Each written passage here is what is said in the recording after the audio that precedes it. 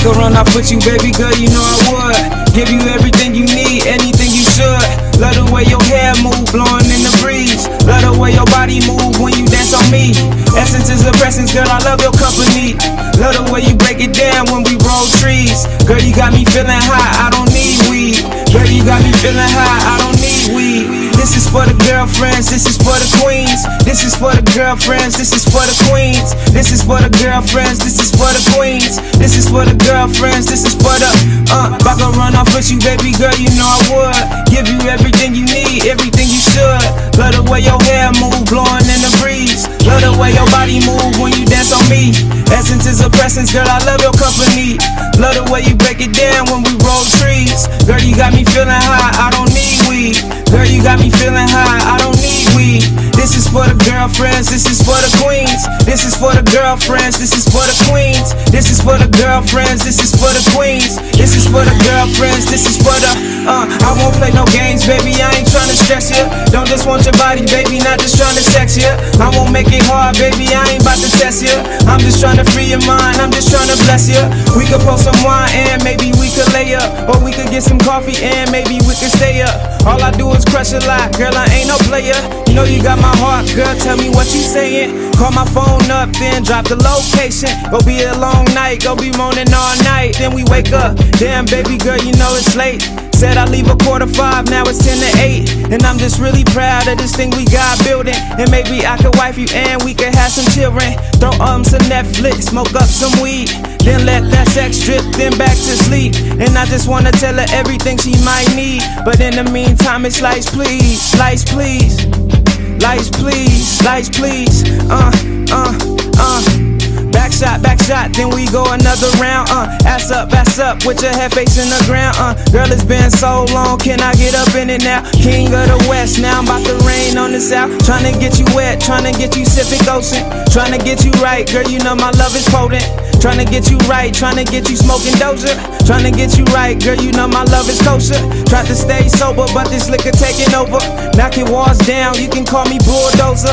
Take off your jeans and take off your blouse. I'm about to show the meaning of the word of mouth. Girl, I cannot be your man, but I can for the night. You ain't gotta take your panties off, slide them to the side. Girl, I'll go to war for you, even go hell and back. Girl, I want the war for you, gold, diamonds, platinum plaques. Will you take a chance? Will you let this love shine? Cause only real shit lasts the test of time, you know. That's the test of time, you know. If I could run off with you, baby girl, you know I would. Give you everything you need, everything you should. Love the way your hair move, blowing in the breeze. Love the way your body move when you dance on me. Essence is a presence, girl, I love your company. Love the way you break it down when we roll trees. Girl, you got me feeling high, I don't need weed.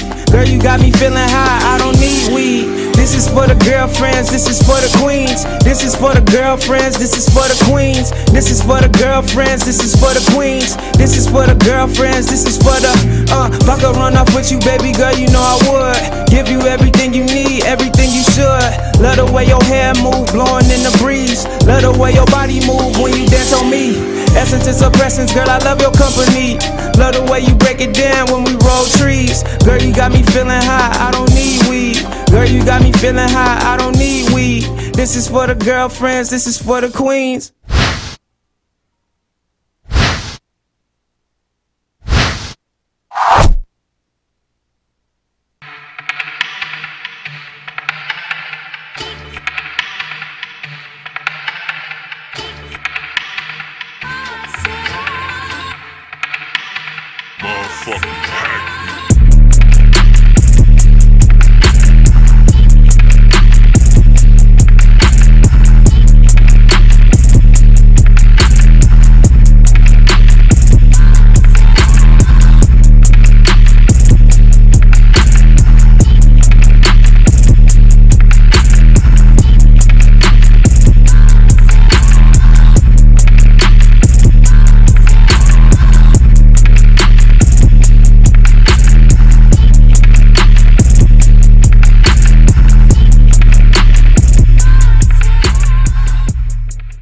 Motherfucking pack. The And happy Tuesday to all of my queens and my kings out there. It is 7:30 and you are now tuned in with Queen's Table Talk here on the Hub Radio. I am your host, Mo Knows Best, and I am here with my co-host, Miss Lovely Leah. Hey y'all, hey. And Miss Jasmine Renee. What's up, what's up? Welcome back. Welcome back. Yeah, you've been gone for like 2 weeks. Yeah, I mean, not 2 weeks. It was like 8 days. 8 days? Oh, my. Yeah. Oh, you haven't been on the show for 2 weeks, though. Mm-hmm. Yeah. So that's what it was. Okay, so you guys, we have a great show planned for you guys tonight. So I am super, super excited. So we're just going to dive into it. First of all, we have pastor, PhD student, community organizer, Charles Opong in the building with us. He is going to come on a little bit later, and he's going to talk about all the research that he is doing and also all the projects that he has that's in the works that is preceding his research. And then later on, we're going to have Francesca Lewis, who is a makeup artist and the owner of Brown Sugar Makeup Artistry. And we'll be giving away one exclusive makeup bag from Brown Sugar Makeup. So I'm definitely excited for that. So like I said, let's just kick things off with some table talk. So like I told you guys last week, we usually, ask how our week is going, but I'm starting to get into the habit of asking more icebreaker questions so we can, elaborate a little bit deeper into our weeks. So this is my question for y'all this week. If you can sum up your week using a song, what song would it be and why? Let's start with Jasmine Renee. Me? Yeah, I do. I'm actually ready. Oh, no, okay. honestly, it's Boot Up by Ella Mai. I don't know if that's how you say her name, but that has been on repeat. Like every time I'm in the car, like I just listen to that over and over, and over again. And honestly, it's just because I like the song, and I've been in my feelings lately because my boo has graduated, so I'm super proud of him. So I've Congratulations. Yeah, shout out to him. He graduated yesterday. Oh. So, yes. Mm-hmm. But that's been my song on repeat for some reason. So, yeah, that's my song. That sounds pretty dope. Well, I don't know if this sums up, but a song that has been on repeat for me, it's a very churchy song. It's by, I forgot her name. But I don't even know what the song is called anymore. Ooh, sing it. No, but it's the not Walker. No, I don't know what. It's I don't know. Let me look it up because it should be the first thing that pops up. Okay, Jacqueline Carr. She sings a song that's called "It's Yours," and it's very like organ, like traditional, like drums are playing, tambourine playing, like. But it's been on repeat. I had watched a live video on Facebook, and 3 young boys, and y'all know how crazy I go over seeing young black boys in positive spaces. And they were in front of the church doing a praise dance to this song that is sang by Jacqueline Carr. And it just like sent me over the roof to see that. And then the song, it's like if you want it, you can grab it. It's yours, go and grab it. Like, that's all she says the whole song, but it's a praise break. Mm-hmm. And I've literally been listening to it, like, all, since, I don't know, maybe, like, Friday. It's just been on repeat in my car. So, yeah, it's just really dope. And then, y'all know I love the organ, and I love the drums and the praise break, just being, like, a church kid. So, that would be, I don't know, my song, just if you want it. And then, with me coming back from New York, it's just, like, one of those things where, like, I'm just grabbing what it is that I want and going out there and doing it. Mm-hmm. So that song is kind of like very in alignment with like my life. Like I'm not kind of like sitting and waiting and just like saying, oh, I know this is going to happen. I'm like going and making moves and stuff. So it's like an affirmation. Yeah. So it's a really dope. I don't know if anyone that's not in the church would like it, but it's I gotta listen to that song. Yeah, I never heard of it. I only know her song. She has a song called Bigger. That's the only one that I know of her. So. Yeah, she has a whole album out, but she's the Olive Branch song, I think, that one, and then Bigger, and then, well, this one I only know because of the praise dancers, but she's a very, like, anointed, saturated type of worshiper, so I appreciate it. Agreed. So my song would be "Moment for Life" by Nicki Minaj, and I say that because it was such a great week. So it was like a whole transition. Right. So it would be Moment for Life, only because it was such a great week. So you all know I have been planning a surprise party for my my sister-in-law, and we finally had the party on Saturday, and she was totally surprised. But in 1 week, we had celebrated her starting her job. So she's an RN now.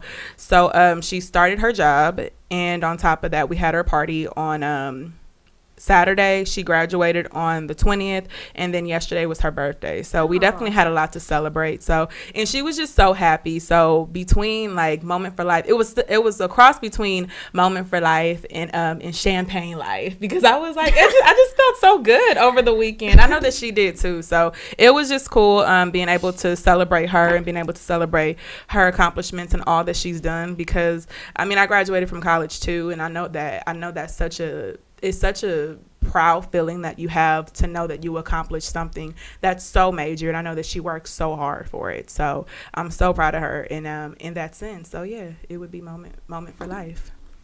So on that note, you guys, let's switch some gears and get into some Black girl magic. So first and foremost, Alaska Airlines, they had their first Black female flight crew. So they had 2 Black female pilots, first time in history on Mother's Day, and we have the video that went viral from that flight. So we're gonna play that.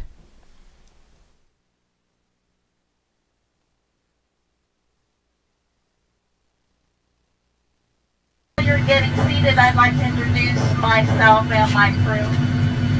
Welcome aboard Flight 361, our service up to Portland this morning. My name is Captain Tara Wright. On behalf of myself and First Officer Mallory Cave, I'd like to welcome you aboard. Today is a fun day, right? We have Mother's Day, and I'm sure there are plenty of mothers on board this morning, and if not, we'll hope to connect you. And if so, we'll hope to connect you with your family members up in Portland this morning. It's also my father's birthday. He's celebrating his 80th, roaming the countryside in Spain this morning. And finally, this is you're sharing a pretty interesting piece of Alaska Airlines history this morning. You'll be piloted by 2 African-American female pilots for the first time in Alaska Airlines history. You're making it this morning, whether you're awake or not. Now on to a little bit of business about this morning's flight. 1 hour and 26 minutes around, I expect it to be smooth. If that seatbelt sign comes on, please do return your seat, secure that seatbelt safely about you. We appreciate that. I will do my very, very best to make sure that seatbelt sign is off when it is smooth. If you will do your best to keep it securely fastened about you when it is on, we appreciate that. I'd like to say once again, welcome aboard. Happy Mother's Day. Glad to have you. You guys pose for a picture?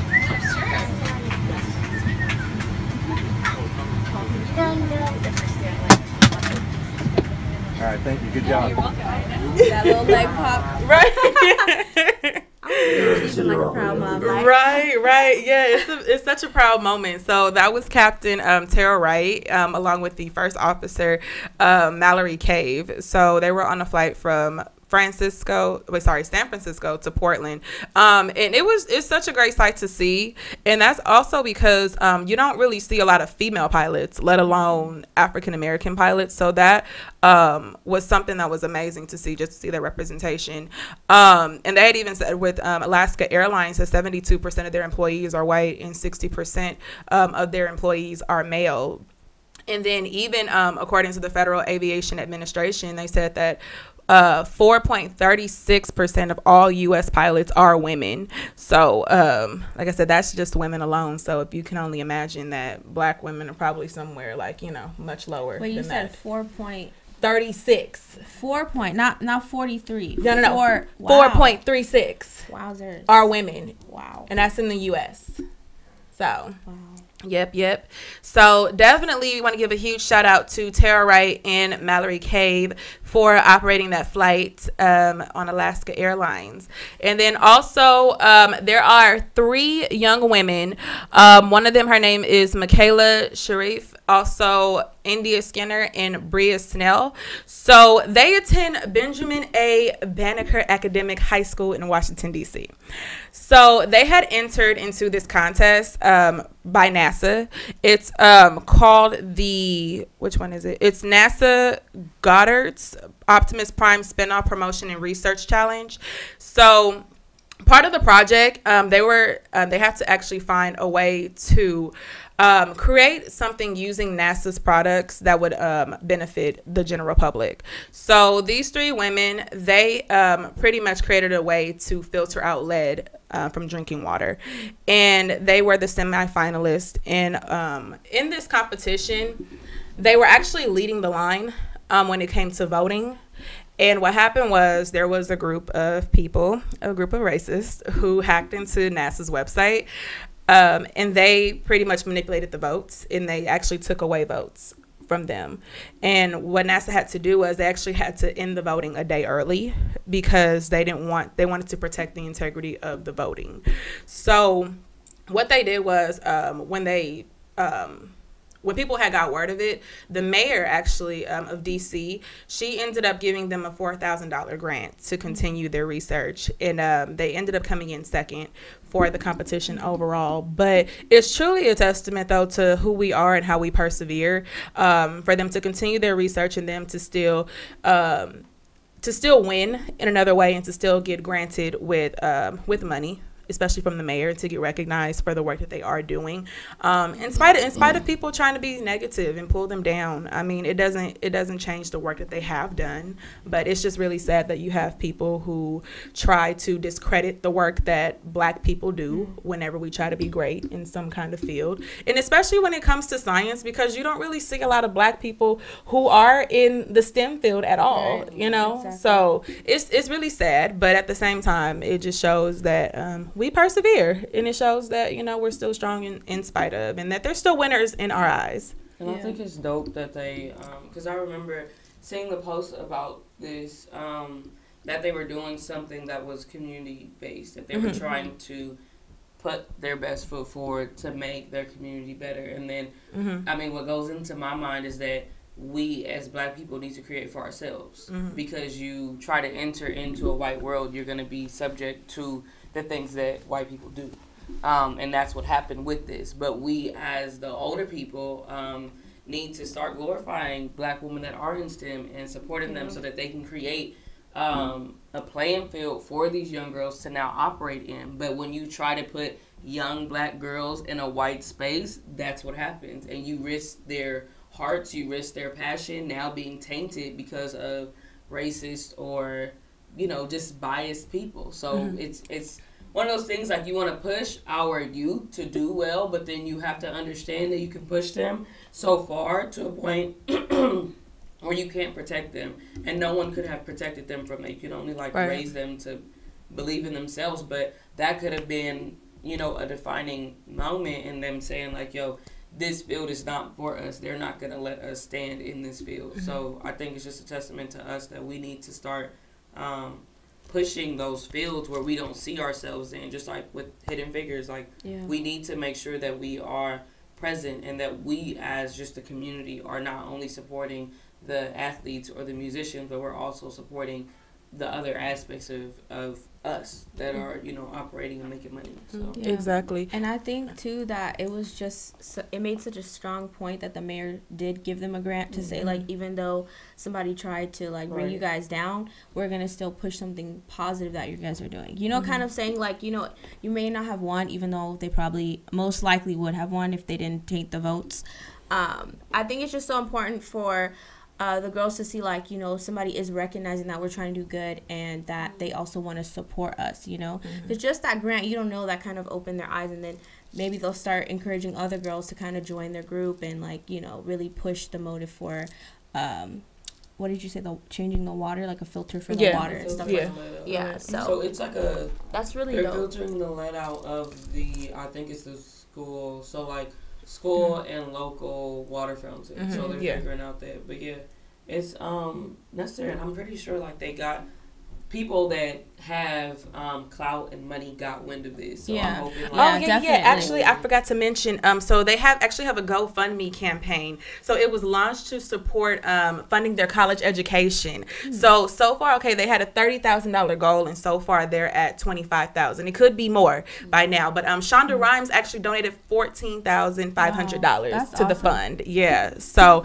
that's definitely, like I said, testament, you know, to the work that they are doing, and regardless of how people try to, like I said before, discredit our work and make us feel bad for who we are, whatever, you know, I mean, either way, we're still going to come out on the winning side. And to be honest with you, this prize is actually better than what they had. Right. What was the prize of it? So the prize was actually a $4,000 stipend, and it was also a trip to do a 2-day workshop at one of NASA's workshops, and it was also an award ceremony in the winner's honor. But actually, this is better because you guys technically already got the $4,000, and you guys got your college, like, you know, your college fund. This so is like low key Hidden Figures in real life. Yeah. And I think that's so cool because well, I mean, real time. Well, Hidden Figures was real time. I mean, yeah, that's what I mean. Like in real Oh, time. in current, like yeah.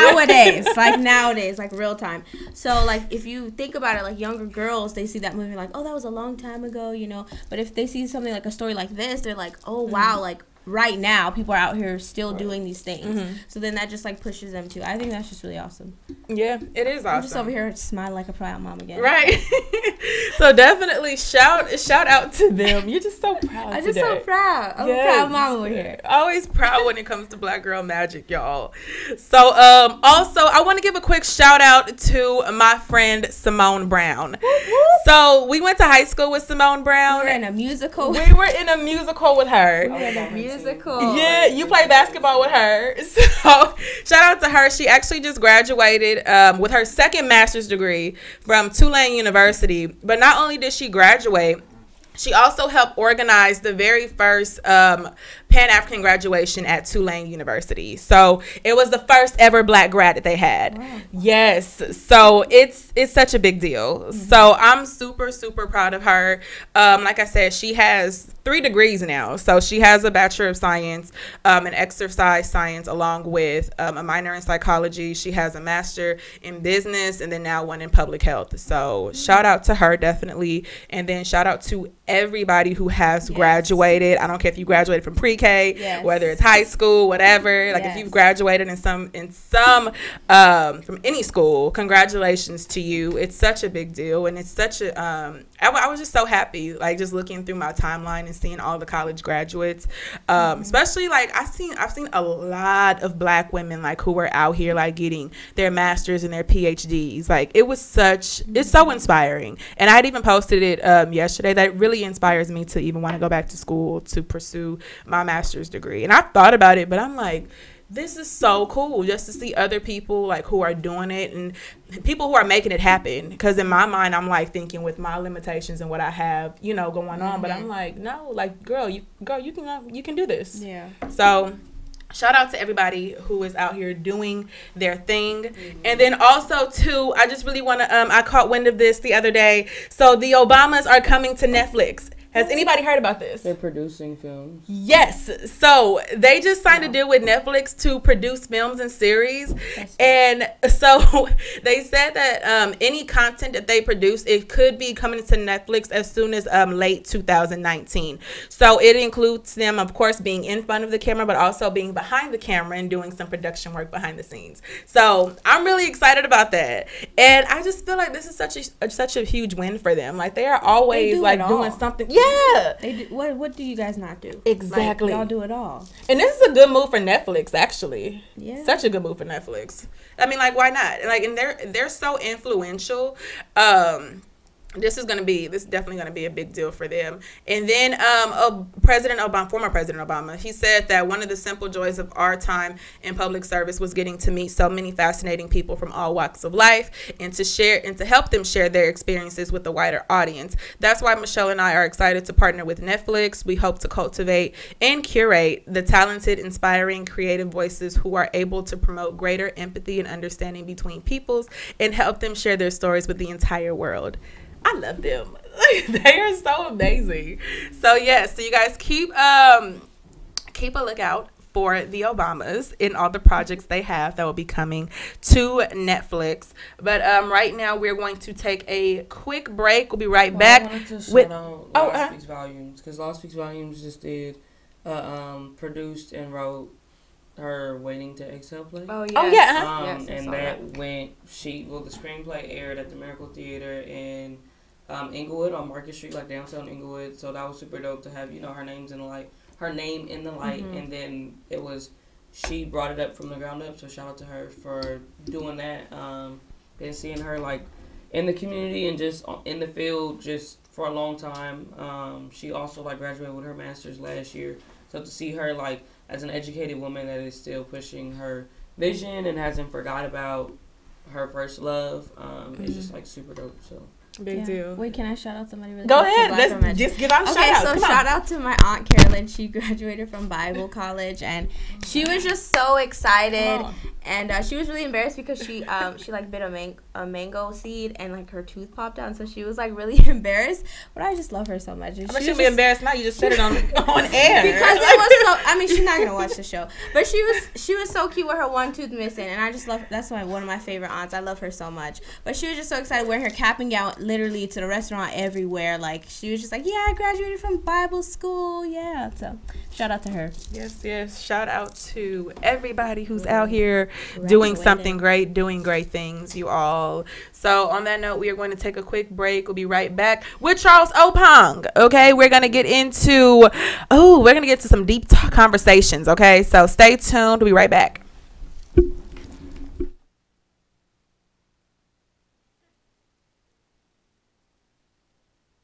The hub. What up, y'all? It's C Blue here.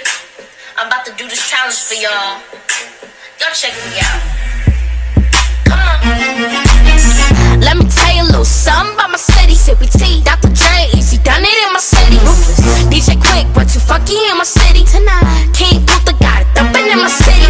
I'm about to drop that blue magic in my city. They clapping up on my cracking in my city. JV, Hub City Radio, the first to play me, yo. We on the up and up, we do it back a minute. On the way, I'm truly just a newbie in my city. Youngin, you can't say you never knew me in my city. It's my duty just to do it for my city. Yeah, I'm representing all the beauty in my city. Inspired by the black man of my city. Asian Cause what I do is really rare for my city. Best believe I'm about the fresh air for my city. And I will make them all aware of my city. Compton.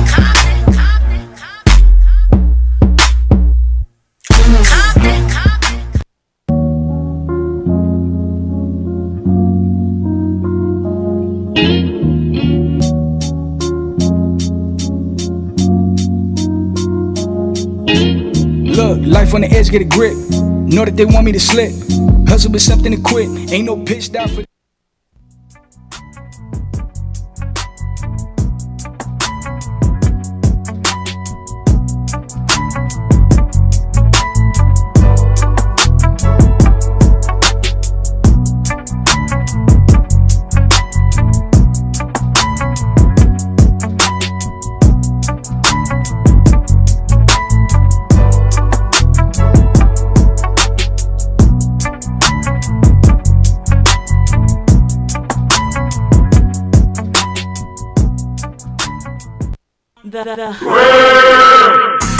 Listening with that bullshit. You ain't really wild, you a tourist.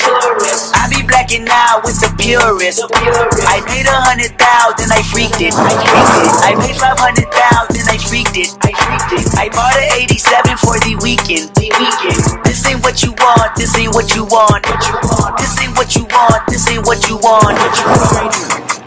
And it's like that look. MVP, I don't get no sleep, no, I don't like that look. Bust that open, I want that ocean, yeah, that bite back look. Louis bite back look.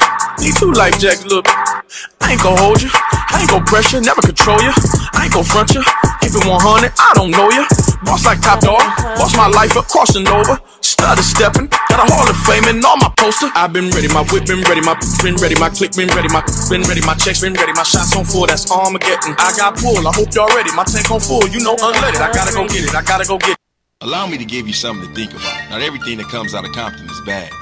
I mean, we have Dr. Dre, The Game, Kendrick Lamar, Venus and Serena Williams, that little girl with the dream, Maya Aja Brown. P. Diddy couldn't have said it better. This is the fairy tale, man. And fairy tales do come true because we got millions of cats that are coming up with that hustling spirit and drive. They got that mention in it, that drive. Bill Lyons had that drive to overcome all obstacles. Bill Lyons isn't just a clothing line or just a brand. It's a movement. Bill Lyons is Compton. Compton is Bill Lyons. Respect the perspective. Bill Lyons.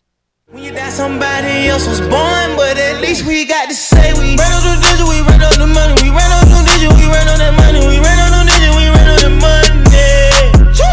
We ran on the digit, we ran on the money, we ran on the digit, we ran on some money. Coco's Lip Smacking Cupcakes offers custom cakes and cupcakes for every occasion. We proudly bake everything from scratch. With every moist and mouth-watering bite, you will be smacking your lips by the time you are finished. Make sure you follow us on Facebook and Instagram at Lip Smacking Cupcakes.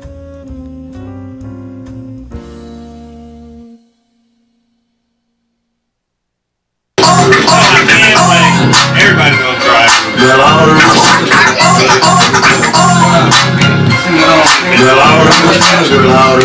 they want you. Girl, all the rich niggas, all the rich niggas, they want you. All the rich niggas, everybody gonna drive. Girl, all the rich niggas, girl, all the rich niggas, girl, all the rich niggas, they want you. Girl, all the rich niggas, all the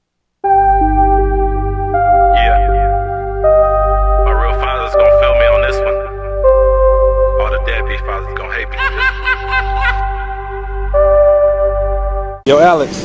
Hey, what's up, Tato? Y'all coming through Saturday, right? Come on, man. You know I wouldn't miss that for the world. I've been hanging with my kids, just chilling, man. I'm living like a father. All my brothers that can relate to me, man. Shout out my real father. Take care of your kids, even if you cannot work it out with baby mama. Working 9 to 5, hustling, so you never see your kids stop. Changing diapers, making bottles, feeding your kids, that's a real father. If you ain't called your kids in a couple days, man, you not a real father. Yeah, real fathers.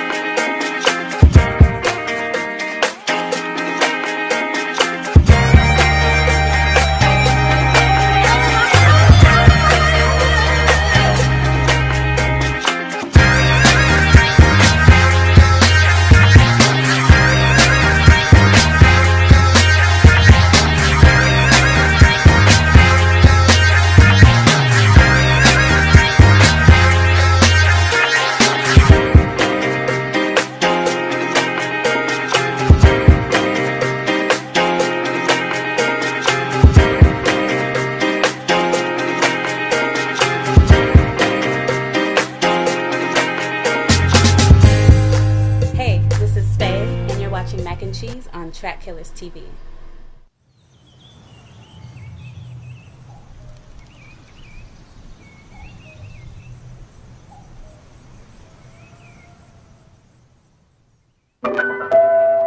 Does my sexiness upset you?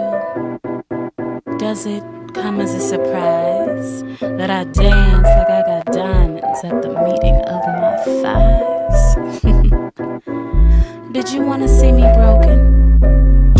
I got that mac and cheese that'll bring it down to your knees. I got that stuffing too, make you wanna call me your boo. Grease popping in a frying pan, you abreast to a thigh man. I know you hate to wait, let me go ahead get you a plate. But what you bringing to the table? What you bringing to the table? You ain't making enough greens, and at least be grateful. What you bringing to the table? What you bringing to the table? Can't make dessert, don't desert me. At least stay faithful. You got that tofu, thought it was soul food. thought you were so cool. Damn, I was so fooled, following your rules. You got that easy bag, juvenile, cheap and fake. Taking to-go plates from bitches in your face. Got bitches in your place. You ran out of substance, I have an abundance. I made an assumption this could be something, but this shit ain't nothing. I don't do fast food, thought it would last, boo. You just like the last dude trying to ride through. Hey, yo, welcome back to Queen's Table Talk here on the Hub Radio. Let's get back into this. So, for those of you who are just now tuning in, I am your host, Mo Knows Best, and we have Miss Lovely Leah. Hey. Miss Jasmine Renee. What's up? What's up? And we have Mr. Charles Opong in the building with us. How are you doing today? I'm good. Thanks for having me, Queens. Yeah, of course. Thank you for coming. Thank you for coming. I really do appreciate it. I always love when we can have men up on the show to come and talk and to drop gems, as you are doing a lot. So you are a pastor, a PhD student. You're currently doing a research project on fatherless adolescents. African American males. Yeah. It's extensive. There are layers to it, but yeah, you hit it on the nail. Yeah. So you got that going on. You're also a community organizer. You have a show called The Perspectives. You have a media company. You're doing a lot. So I'm going to let you break it down because you can tell it better than I can. So by all means, let us know who Charles is. Okay, for sure. Well, first and foremost, Monica, I want to say thank you again and to the Queens and the Queen back there, Queen right here. Got my boy in the building. Got to recognize everybody. Thanks for having me. I wouldn't be here, first and foremost, giving honor and praise to the Most High God, my Lord and Savior Jesus Christ. I also want to thank my wife, Esther, because she's the one who met you guys, who met Mo at the Bosses That Brunch. Brunch. Yes. So, yeah. Love you, baby. Good looking out. You know, I don't believe in behind every strong man. You know, saying behind every strong man, you know, but she's in front of me, you know, so she's a pace setter, and she's always like plugging me into this and that or whatever, and I would be remiss if I didn't recognize my first strength, our only child, Princeton, so he's at home with her, so love and shout outs to them. Charles Opong is I'm a pastor, I'm a father, I'm a husband, and I'm a man of the people. You know, I try to keep it down, you know, wherever I go, whoever I'm with, whatever it is that I'm doing, and it's hot in here. Like I said, I got to keep it down, so I'm about to be up in this hot little windbreaker. But I try to, you know, whatever it is that I'm doing, everything it is that I do, I try to make it ministry, no matter what it is that I'm doing. And I like to debunk the whole, at least for this generation, what the ideology of church represents.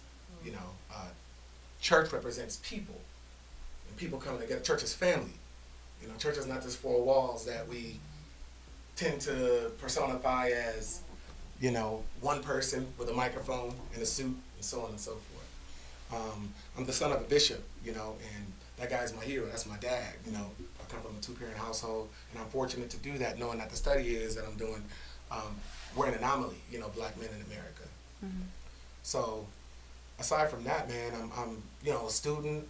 I chill. I love video games. I love food. Love to work out. You know, I'm a regular cat. You know, so yeah, that's in a nutshell. That's who I am, and I love research. You know, I love research. I love the nuances of research, and I'm getting more into it. I got my master's from Pepperdine, and this is my stomping ground because I went to Cal State Dominguez Hills, which is right around the corner from here. So, shout out to the Toros, shout out to the Waves, Pepperdine. Yeah. Hey, awesome. So tell us more about your research that you're currently doing, because you just said you love doing research. So so let's get into that. Okay. Well, you could go to Google and research. You know? Yeah. You feel me? Like anybody could do research, but it's all about what we call credible research and scholarly research and academic research that can be substantiated by truths. You know, and so. Lately, I've been looking into think tanks. Got to give a shout out to Dr. Kane, black woman, Pepperdine University, PhD holder, and to my entire cohort. Right now, we just got back from Washington, D.C., and we were in the nation's capital doing research. And so it's based on a policy class and just looking into policy right now. Their policies govern our lives. You know, policy is how without policy, we can't do much of anything.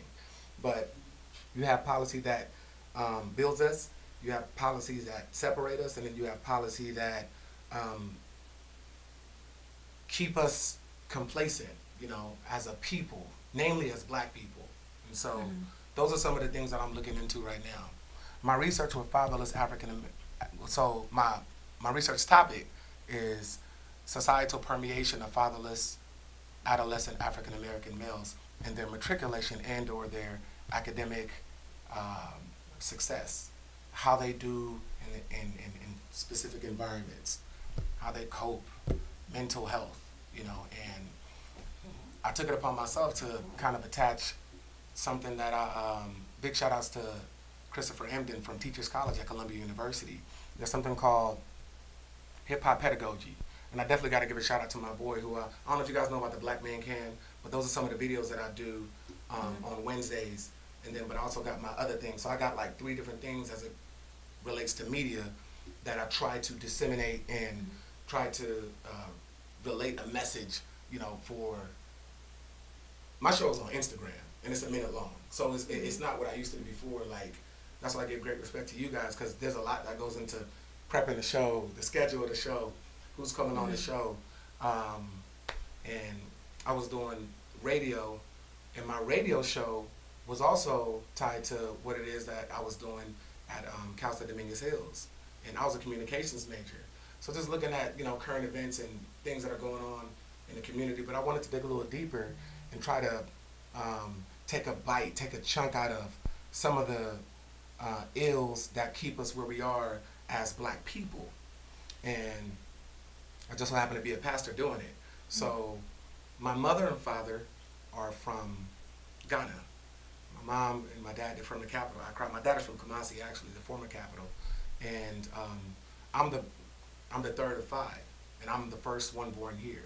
So I can definitely relate to like the Black Panther plot of Michael B. Jordan, Killmonger being, you know, born on American soil but not really being accepted by his African counterparts, and T'Challa being, you know, the chosen one, the heir to the throne, who took his seat of his dad when he passed. And it's just like you see the clash of Black Americans versus Africans, and it's been like this since time immemorial. You can look at John Landis's film with Coming to America, and that's another thing I'm trying to tie into the fatherless African American male initiative that I'm doing with hip hop pedagogy and the union of black people with Africans and African Americans, people from the diaspora. So we're talking about Jamaica, we're even talking about Mexico, right? Certain places, we're talking about South America and all these different things that take place. So I can go on and on about it, but there are layers to the research, and you know, you have to develop something called a framework. And the framework is designed to help to steer what is your methodology. And the methodology is how you go about doing the research, how you go about gathering data. And so I'm gathering a lot of data right now, and I'm having a good time doing it. At one point, I was a delinquent. You know, I forged my report card. You know, but it's a testimony as to what God can do with your life. You know, as a black person, I stopped saying as a black man, because the most overlooked person globally is the black woman. You know, just to keep it 1,000. So, yeah. Amen. Just keep this going. I mean, if we're gonna talk, we're gonna talk real. Right. You know? And we share the same story in that, you know, you have more than, you know, 2-point-something million incarcerated African American men just here.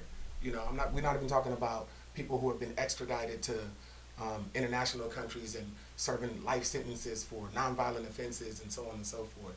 I mean, the list goes on, and I definitely got to give a shout out to President Barack Obama, who did his best to apart so many people who were locked up due to the whole, you know, Clinton administration and super predator and things like that, nonviolent offenses, you know, selling drugs and the war on drugs with the Bushes and the Reagan administration and Nixon and what they plan to do to eradicate black people from America when they brought us here, you know? So I try not to be biased within my approaches and how it is I'm doing research. I'm always trying to look at the facts, the research. So we lay the research out on the table, and we have that. We look at all the different variables that play into the societal permeation and the buildup of black people or the setbacks of black people, you know, that predate slavery. So that's what I'm looking at. The research is quite heavy. I don't plan on doing like a real dissertation. I know I'm saying that on the air. People looking at me like, what? You don't plan on, you know, so I'm just doing what we call a secondary document analysis. And my goal is to, and that's why we're recording, my goal is to submit something. I'm different, you know, I mean, I'm in the 35, so my goal is to take what it is that I'm researching, document as much as I can on film, cinema-wise, and submit my dissertation as a media, as a movie, you know, and attach a script to it. And so one of my goals and my dreams is to collaborate with great black women and great black men who are in the industry, blazing a trail, like Lena Waite, you know, shout outs to her for the Shy. You know about the Shy? Yeah. Shy is dope. Ava DuVernay, a lot of my information that I'm even talking about right now comes from her movie, The 13th Amendment, you know, and just looking at documentary, you know, that's always been a passion of mine. That's what I looked at when I was at Dominguez, and looking at communication and studying the nuances of cinema verite and how we act in front of camera versus how we act when the camera's off versus how we act on Instagram versus how we act with our family and the code switches that we use and how real we can be and how fake we can be when people are looking and when people ain't looking. So I'm very Renaissance. I like to look at a little bit of everything and not put myself in a box and just say that I'm a pastor, I'm in a church. You can't be a pastor and not talk about social justice. You cannot be a researcher and not talk about the variation of religions and where people come from and appreciate them and respect them. You know, gays and all included. We like, my basis is love, faith and love, and they go together. And so I'm always trying to embrace the people and culture. You know, it's all about culture, you know, and like I was saying before, policy is what creates, shifts, and builds culture. We wouldn't be dressed the way we dress if it wasn't for some kind of policy and somebody saying, I don't like that policy, so here you got NWA, here you got Chuck D, here you got Will Smith, here you got Tupac, here you got Biggie, here you got Kendrick, here you got Cole. You know, now you got new guys over here, you know, and it has good sides and bad sides to it, but, you know, these new guys have, you can see the mental detriment that happens with some of the newer guys in hip hop, you know, and those are little things that I'm trying to attach to the research. Hip hop was created by black people in 1978 in the South Bronx, and when you look at why it was created to liberate, to express, graffiti and everything, you know, like this right here is a form of hip hop. You know, this is graffiti all around us, and it's just like, but you look at what it represents versus what guys wanted to express when they were mad because their fathers weren't around, so they started to gangbang in a different way, because gangbanging was meant to, you know, let me say Wakanda, the slave catchers who were the police. Originally, when you look at its history and the historical context of police. And so, originally, we just wanted to be free, you know, and to this day, we you know, we still want to be free. You know, my father, Bishop Jones Charles Opong, he says, you know, the black man will never be free in this country. And I know where he's coming from, and I think he's absolutely right, but to the extent that we can actually change that, and I think that we're changing that paradigm, and the paradigm is shifting. You know, when you look at, we don't need validation. So like when you look at the gentleman, Michael K, what's his name? He won the Golden Globe, you know? Which one? I forget his name. For This Is Us. For This Is Us, yeah. Michael K, I don't know his name, but yeah. Was it Sterling K. Brown. I said Michael K. Sterling K. Brown, excuse me. Shout out to him because it's just like, when you see that and he talks about his most important job as a father, yeah, that's dope. Like, he's not thinking about being a thespian. He's thinking about coming back home to his kids. You know? So, I have a question. I feel like I'm rambling. No, you good. No, you over here. I'm like lost in what you're saying though. This is a lot of yeah. I have a question.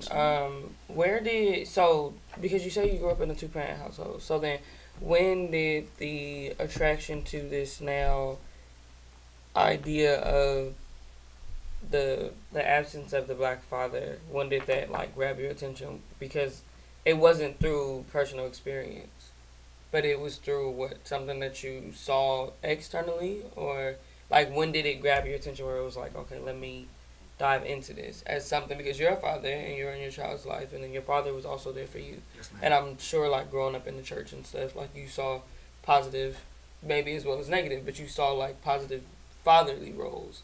So when did it like grab your attention? Good question.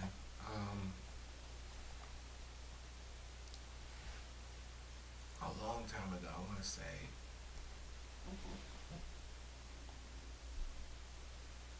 Maybe it was like middle school. Yeah, so I went to 24th Street School Elementary, and my best friend Delano, his mom and dad were there, and I thought that was a little odd because he was like me, because I felt like African parents were the only. I felt like African kids were the only ones who had 2-parent households. Yeah, I look at my Black American counterparts. Unlike Delano, their mom was picking them up from the daycare center at 24, where I went. And, you know, my dad used to come pick us up. My mom used to drop us off when I was much, much younger. And then, you know, she built her business, you know, African Image Beauty Supply. Plug. For all the women out there, you know. And men, you know, 1878 Southwestern Avenue. Washington and Western. I love you, mommy. All right. Yeah, you know, and she's my hero. Like she built her business from nothing, you know. But to answer your question though, Queen, it didn't make any sense to me. Like it didn't make sense. And then I saw, you know, a lot of my homies, you know, die, getting killed at the hands of one another. You know, they were dying by cops. Not that that's an old thing, but it's relatively new to see like this surge with the Black Lives Matter movement. You know, so I wanted to be a part of the change because I was just like, these are my boys. Shout out to my boy Wild Child. You know, he lost both his parents. You know, and he tells a story of his dad. You know, his dad was in and out. You know. Shout outs to my boy Osborne. Like same thing with him. I always saw his mom. I really saw his dad. We met his dad. His dad is there. You know, but he wasn't a very present force in his life. At least from what we saw. I can't tell his story. And then my boy Franchise, Anthony. You know, shout outs to him.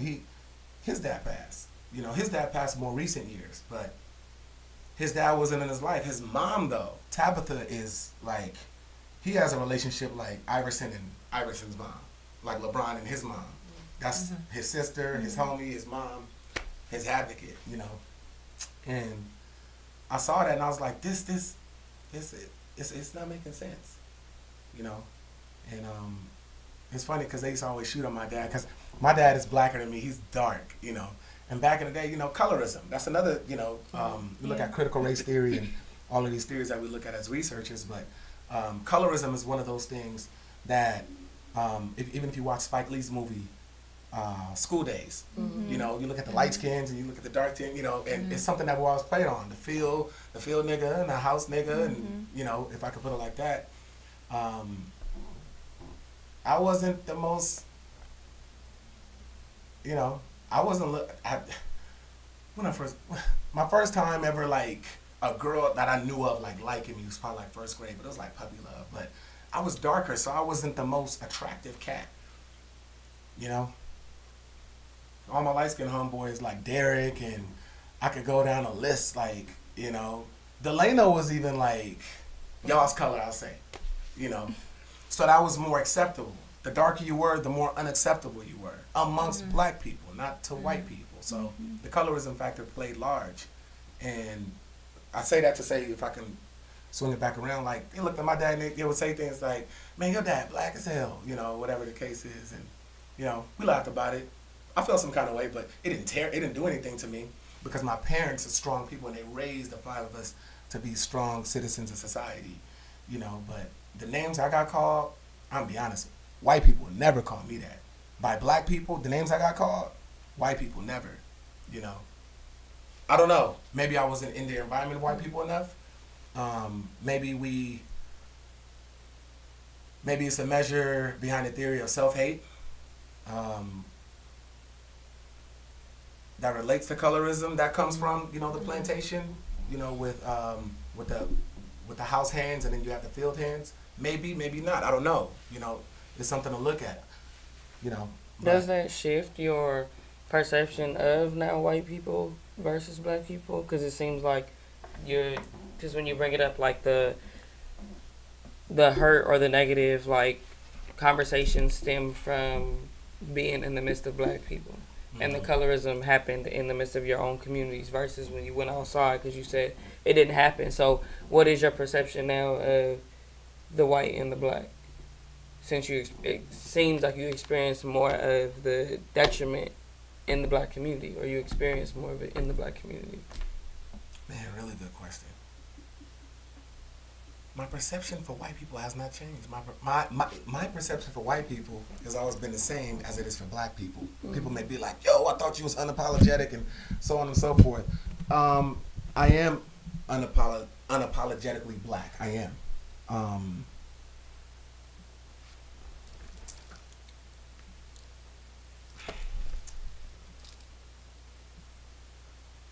Lil Wayne said something. He said, the white man, they never did nothing to me. The white man saved my life, yada, yada, yada. And there's a measure of me that can relate to that, because this is like, you guys want me to hate white people for this reason or that reason. That's the context of Lil Wayne that I'm talking about. Right. Nobody's ever told me to hate or whatever, but to answer your question, my perception of white people is that they don't and they will never understand. They can only try to connect, but they can't truly fully understand because they weren't forced from their home. They didn't have their children forcibly removed from them. They weren't dehumanized in the way that black people were dehumanized on the continent. I'm talking about before we came here. If you want to talk about the transatlantic slave trade, that's something totally different. If you want to talk about the transatlantic journey, that's something different. So the relation, like, so I get it, I understand it. I understand them.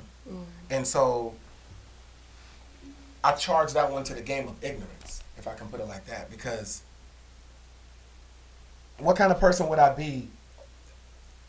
Who would I be saving if I went out here and was just white people, white people, white people, white people, white people, white people? If I can do the best that I can with queens like yourself, with kings like my bro, with my mom and dad, that's what a success is. We do the best we can by allowing ourselves to see the best in every situation. And I see the best in white people the same way I see the best in black people. Like I said, I wasn't even so you have you have different forms and layers of racism. So like you have like systematic, and then you have institutional racism, and then you have like maybe 5 other different paradigms of racism. I've experienced institutional racism, but like Lil Wayne, the white cops that stopped me, love. But does that, because I mean, we could, a Stephen Clark or a Trayvon Martin could have said the same thing, you know, being in those neighborhoods. So do you get to a point where you're like, because I'm pretty sure, you know, the Philando Castile, they maybe felt the same way. Maybe they did see love like that. But then when you're put in the face of a racist cop or a cop that's not even racist, but he's fearful and he shoots you and you become subject to that, I think it has to be a conscious mindset of they don't see me the way that I see him. Yes, I want the best for you, but in a 2 seconds of fear with the, Stephen Clark, they shot him 20 times and then checked it to see if he was alive after they had already done the detriment to him. So my thing is, as a black man or even a black woman, when you're put in the face of people who I feel like we are taught to when people step on our toes, we say, okay, I forgive you. All right, cool. When we step on other people's toes, it's, oh my gosh, you black this. Why are you doing this or whatever? Right. And you have to now become apologetic. Yeah. And we're always taught to love. We're always taught to forgive. But when we are put in the face of these other people, they are not taught to treat us in the same manner, where they are taught to save themselves before giving us the benefit of the doubt. So for me, it's like, I look at, yes, white people, and you think, yes, you can. You have to prove yourself to me. Before I sit there and become vulnerable in your space, you have to prove yourself to me. But in no way, shape, or form, because I know where you come from, the same place where we have soul. Where you say black people, we have soul. There are certain things that have been passed down, even from the continent, that we still hold dear to when it comes to family. And the same thing where if you look at people from white people, and the history of white people has been, killed, still destroyed, basically. Very similar to what the devil has done. If you look at the history, that's all we can go off of. Mm-hmm. So if we're talking about we're connected to our soul, and the things that even came from the continent, what are they connected to?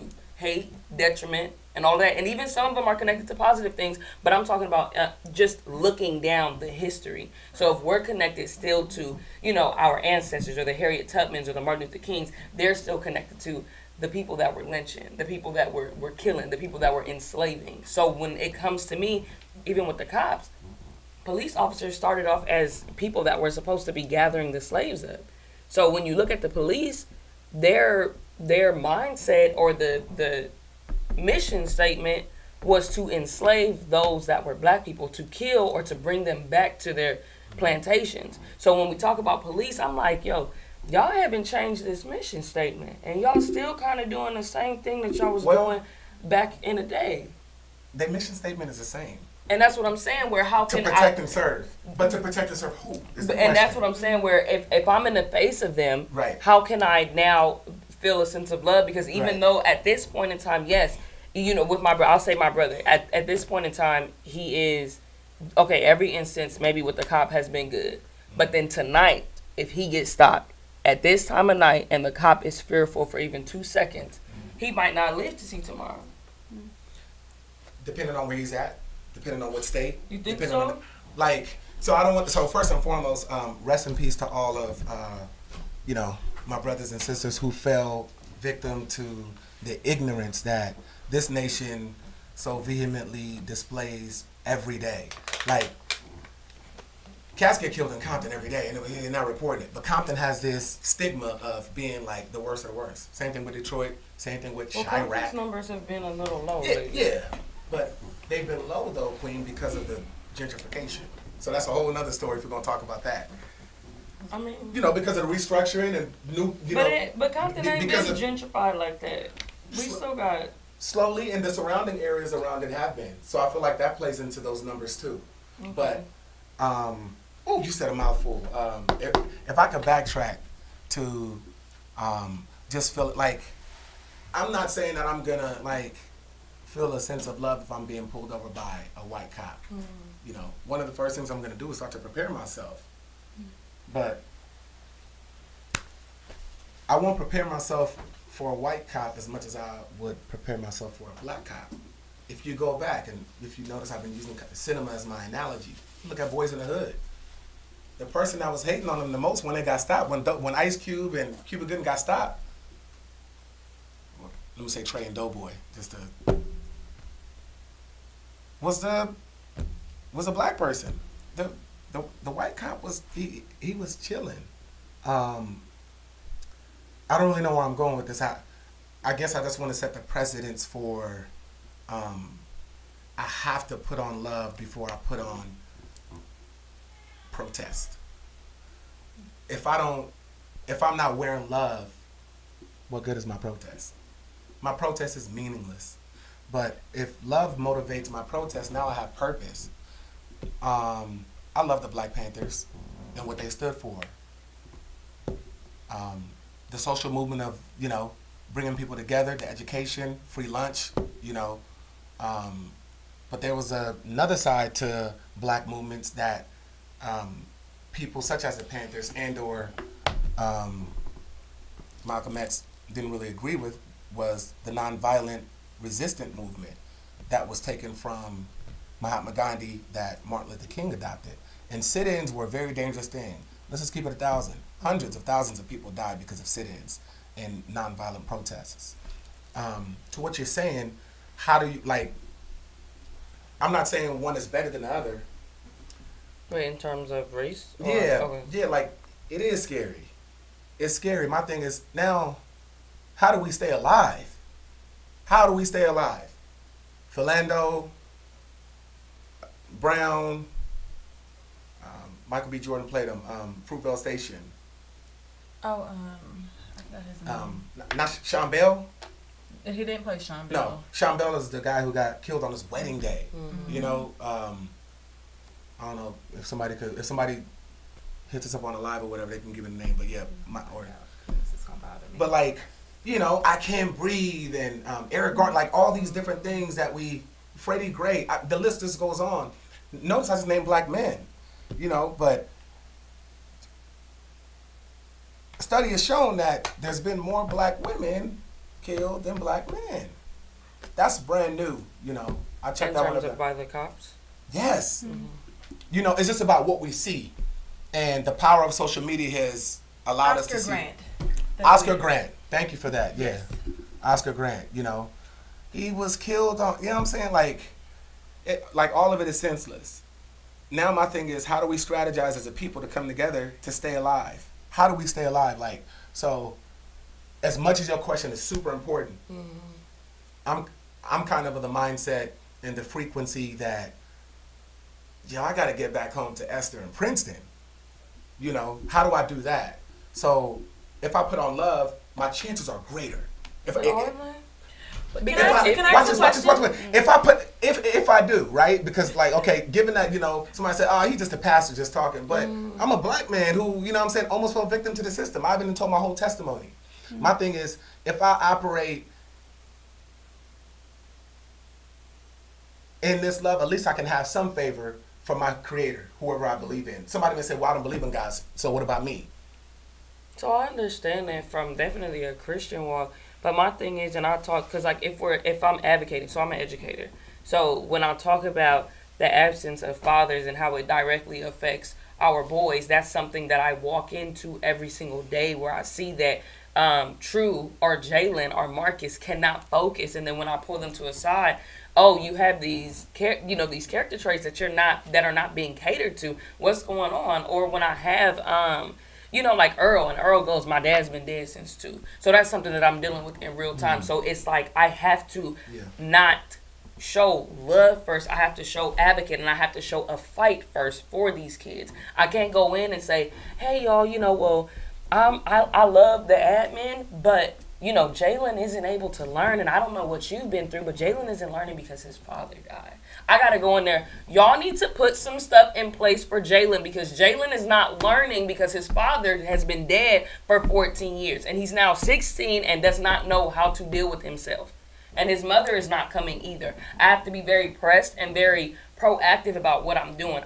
As an advocate for these young black boys who are not having support, I can't show love to the person that is on the other side of the ropes. I have to be there. You can, or you choose not to. That's different. but if I'm showing love, I might lose them. So I think you're talking about from a structural standpoint. Like in that aspect, you're not thinking about, let me go in there and, hi, how you doing? I have some cookies for you. Now, can you go in there and let Jalen, I'm not expecting you to do that. Mm-hmm. Let's just be realistic. But I'm talking about to Jalen or to Marcus. To showing them love? I think I'm more so talking about, like, from a situational standpoint. Mm-hmm. Because we're talking about protests. Right. And, like, am I going to be in a protest kind of mood when I get pulled over? Or am I going to put on love, hey, officer, kind of go along with it? And, yeah, given men and women have died and fell victim to, the gun by cops, following the rules. 10-2 level, right. Don't reach for nothing, don't put your hands behind your back. Homeboy had a cell phone in his hand in his backyard. Mm-hmm. First and foremost, that's trespassing. Secondly, you don't have a warrant, you know. And thirdly, where's due process? You didn't even read my rights, you know. Homeboy that just shot the school up last week at Texas, you know what I'm saying? Like, right. all of them get off, you know. What happened in is actually North Carolina with the church people, AME. Yeah. You know, like what happened to him? You know, so it's just like there is a certain level of privilege that we have to be cognizant of. If we let go of that and we just want to come out here and, you know, like, we have to start to operate in the spirit of wisdom. And my thing is, we need to stay alive because we the target. But this is my question, because when you were talking about putting on love, and this is something that I have been really kind of struggling with in the past couple years, in developing and coming to my own as this conscious Black woman. But it's like to operate, right?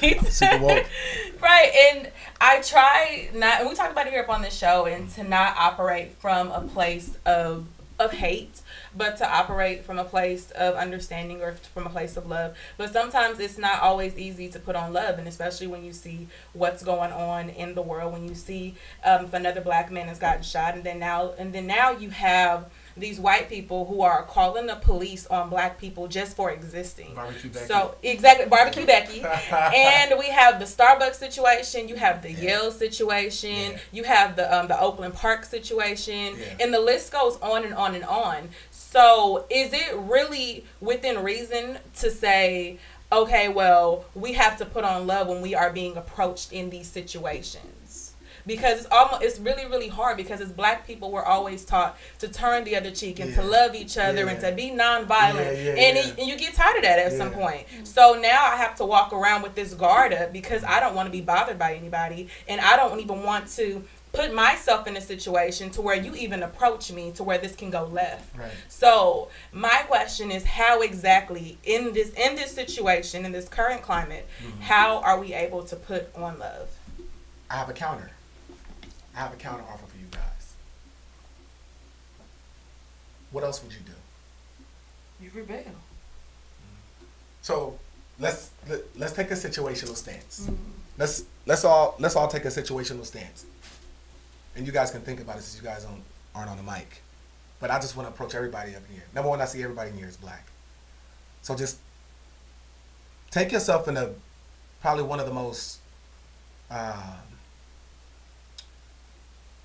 scrutinized situations that you can think of, where it was a certain level of authority over you and it was life or death. It was fight or flight. What was your reasoning? What was your logic behind the action that followed that mindset it is that you're thinking about, your reasoning, your logic, and how you calculated the equations of what the outcome could be? I got you. Are you feeling me though? No, I got you. Because I ain't not. What rifle at? I got you. So this is what I will say, and when I speak about being pro-Black, so even in this scrutinizing situation, in being pro-Black, there are different roles that we take. So there is the role of the person that goes out there and is, gonna push for something and is gonna die for the cause. There is the role of the person that has to go and experience it, and then they have to go back home and tell them what the experience was like. And if you want to survive, this is what you do. And I also saw so-and-so die at the hand because they did not give in. And then you have people who maybe got in cool with the person that was scrutinizing them. What's the ratio of that though? But I'm just saying, but everybody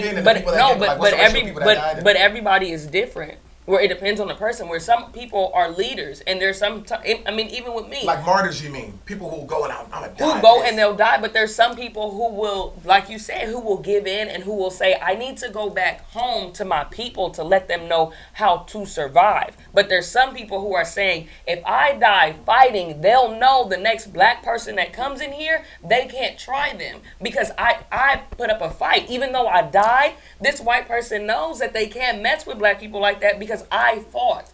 And maybe I did die, but then the next time when my daughter comes in, they go, oh, that's so-and-so's seed. You don't touch her Because when her mother died, we all suffered.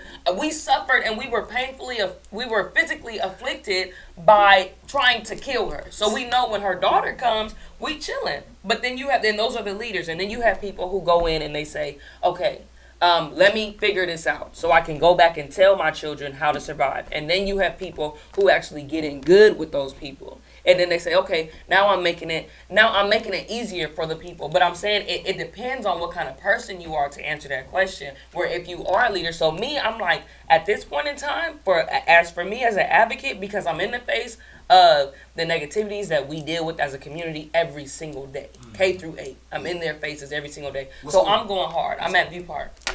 So I'm going extremely hard, extremely hard. But not everybody is seeing our culture on the forefront like I am.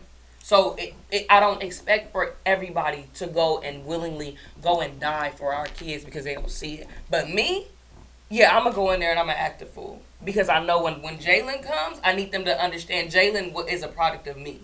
Now, this is my last cry. I saw her holding up the sign and stuff, but at what expense though, Queen? Like at what expense? Like, we can protest because you're talking about the structural nuances of protesting, like within a system or within some type of structure. Like Jalen, you're talking about school, right? So life, him and life in general, right? And Dad has been gone since what, 2? So he doesn't know of anything besides Mom and what society gives him, and maybe some big homies and other people, his homeboys or whatever the case may be. My only thing with that is that, like, how real is that? So I get the fact that you are advocating is the variable in the term that you want to use, but when does advocating become the measure of standing up for the greater cause or the situational cause? That's deep. We're gonna hold that. I feel like I'm answering your questions with questions. All right, but that's good. Okay, let's hold that. Let's table that. Okay. So we'll be right back. Give us 5 minutes. We're gonna come back with Charles Opong on this interesting conversation. Okay. Yeah. Yes. Yeah.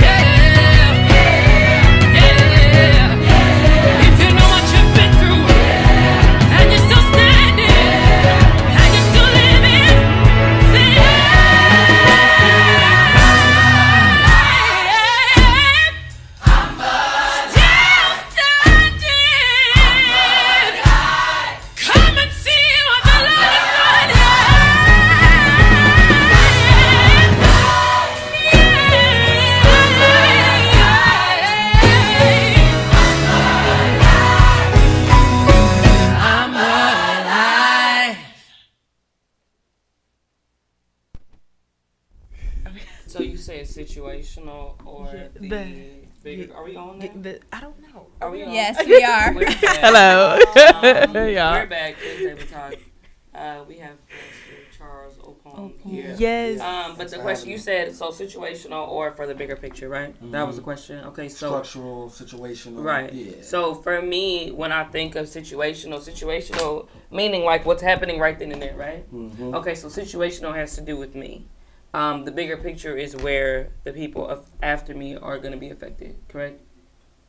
Yes. So that's okay. So then situational. Not even just the people after you, but like whoever lives after that. Yeah, like whoever's still living even after if I were to pass on, whoever's still just right there. Yeah. So my thing would be, because like I said, I'm not expecting for everybody to be how I am when it comes to being pro-black and being extremely aggressive and seeing the need and operating where I see the need. I'm not expecting for everybody to understand that. And it took me a while to understand not all black people can be pro-black, because not all of us see the issues on a grand scale.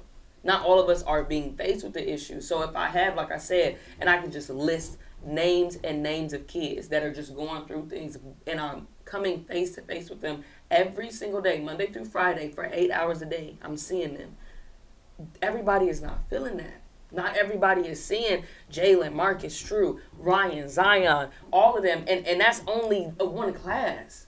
Not everybody is seeing that. So when it comes to me and the situational thing, that's only what's going to bring effect to me. So I'm going to go out with a fight in the situational thing, so that the larger outcome is something that is bigger. If I have to get up, and there's been times where I've even, in just talking about in the jobs, I've gone against. Real quick, if you mind me asking, like, who's this that you're approaching? You talking about admin, or you talking I'm talking about school? Just the with the situational thing, like yeah. So I'm saying, so right now I'll say whether that's the community and telling the community y'all need to do better for our boys, or whether that's telling admin y'all need to do better, whether it's telling them because some of our boys are in, they have anger management, so they're in the RSP classes, and me saying to the RSP teachers y'all need to serve them better, whether it's me and we're going on a field trip and there's white people there who are trying to limit our kids and let them not, whoever is at the other side of trying to limit our kids. I'm saying there has been times where I've put myself on the line and gone, these kids, I need to be an advocate for these kids. You need to treat them better.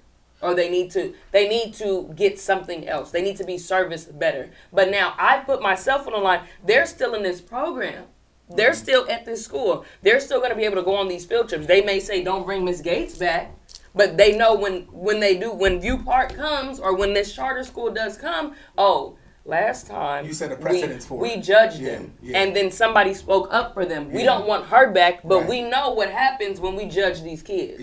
So I might not be able to enter into some spaces because I spoke up a little too much and a little too hard. But they know when they come in, they're the way. And even if it isn't my kids, even if it's just some black kids, last time we misspoke about some black kids, we got sat down in a meeting and the boss came and said he didn't like that. And what if that got out? So we need to act differently. So when any black kid or any kid of color comes into this, it goes to the Getty or something. Because I made noise, and I might not be able to ever enter back into that space as an educator. But they know.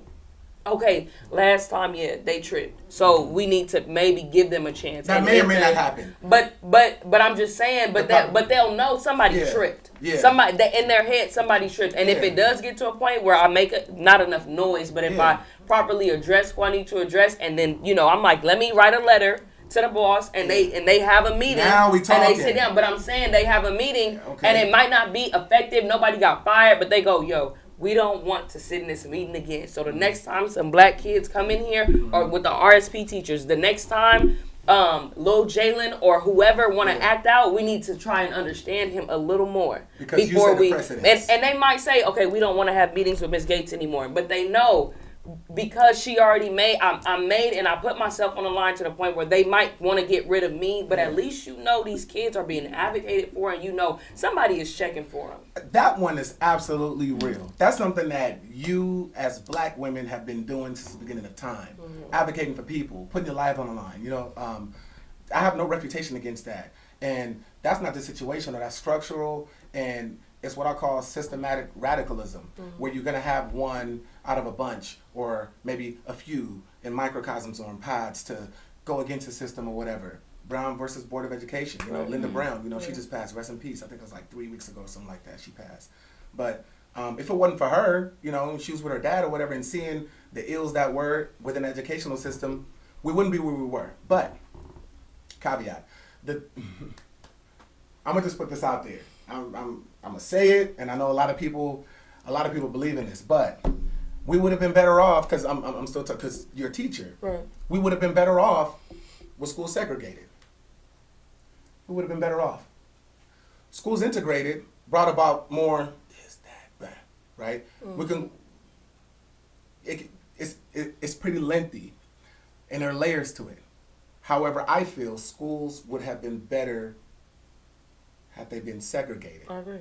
That's the way the system was designed. The same way the system was designed for cops to capture and kill black people, because the origination and the origin of police were slave catchers. Right. You know, slavery was outlawed, right? If we're talking about everything after 1865. Yet still, the ones that were going about and trying to seek a better life for themselves because they were just piss poor. Slavery, post-slavery was worse than slavery.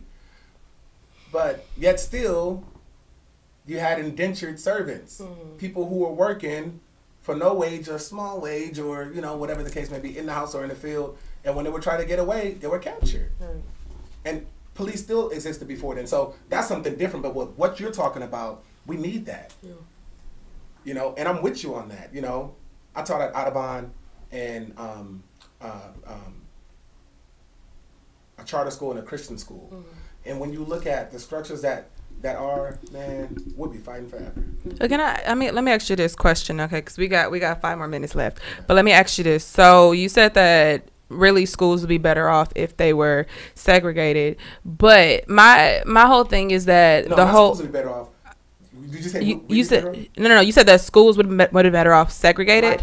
Black people would be better off segregated. Yeah. Black people, based on knowledge that's given in school and knowledge that's omitted from textbooks. I can agree. Corporations that put textbooks, and they, you know, I feel like we would have been better off because you had so many people like Marcus Garvey who were developing certain curriculums in order to educate, and then the Black Panthers even developed something where it was able to educate anyone who was coming out of the Jim Crow era, you know. But Brown versus Board of Education took place during that time, and thereafter, you had all these, you know, like the Ernest Green story, you know, Morris Chestnut played that movie. You guys go and watch that, you know, getting into the high schools and the colleges and stuff like that. Knocking on the door so you can get in a seat at the table. I feel like that's where we may have messed up.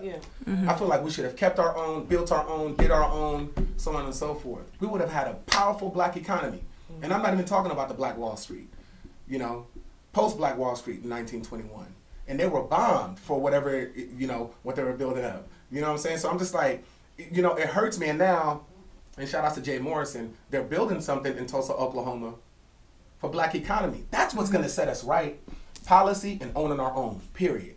And not getting, because like I said earlier with the girls, when you push them in a white society, they become subject to the hurts that white people bring. Right. So now you have those 3 girls who are doing something that's amazingly positive, but in the face of white people. Right. They need to be deemed successful in the face of white people. Now they also become subject to racist white people who went into the system and now shifted some things. But I agree, and I tell people we need black teachers teaching. We need black men teaching our boys. We need black women. They need a positive, because when you're in these white institutions, I don't know any black person that just, and I'm not saying everything was negative, but just had a beautiful experience as a black person. Now, maybe as a person, they had a good experience, but as a black person and the things that we go through as black people, just that we're just completely accepted in a white institution. Because and now everyone, it's so validation. I feel even with the whole, sorry, I have to bring that up though, okay, because we didn't get a chance to talk about it. But but even like when we talk about the royal wedding, like I wasn't here for it, and I'm gonna tell you why, because I just.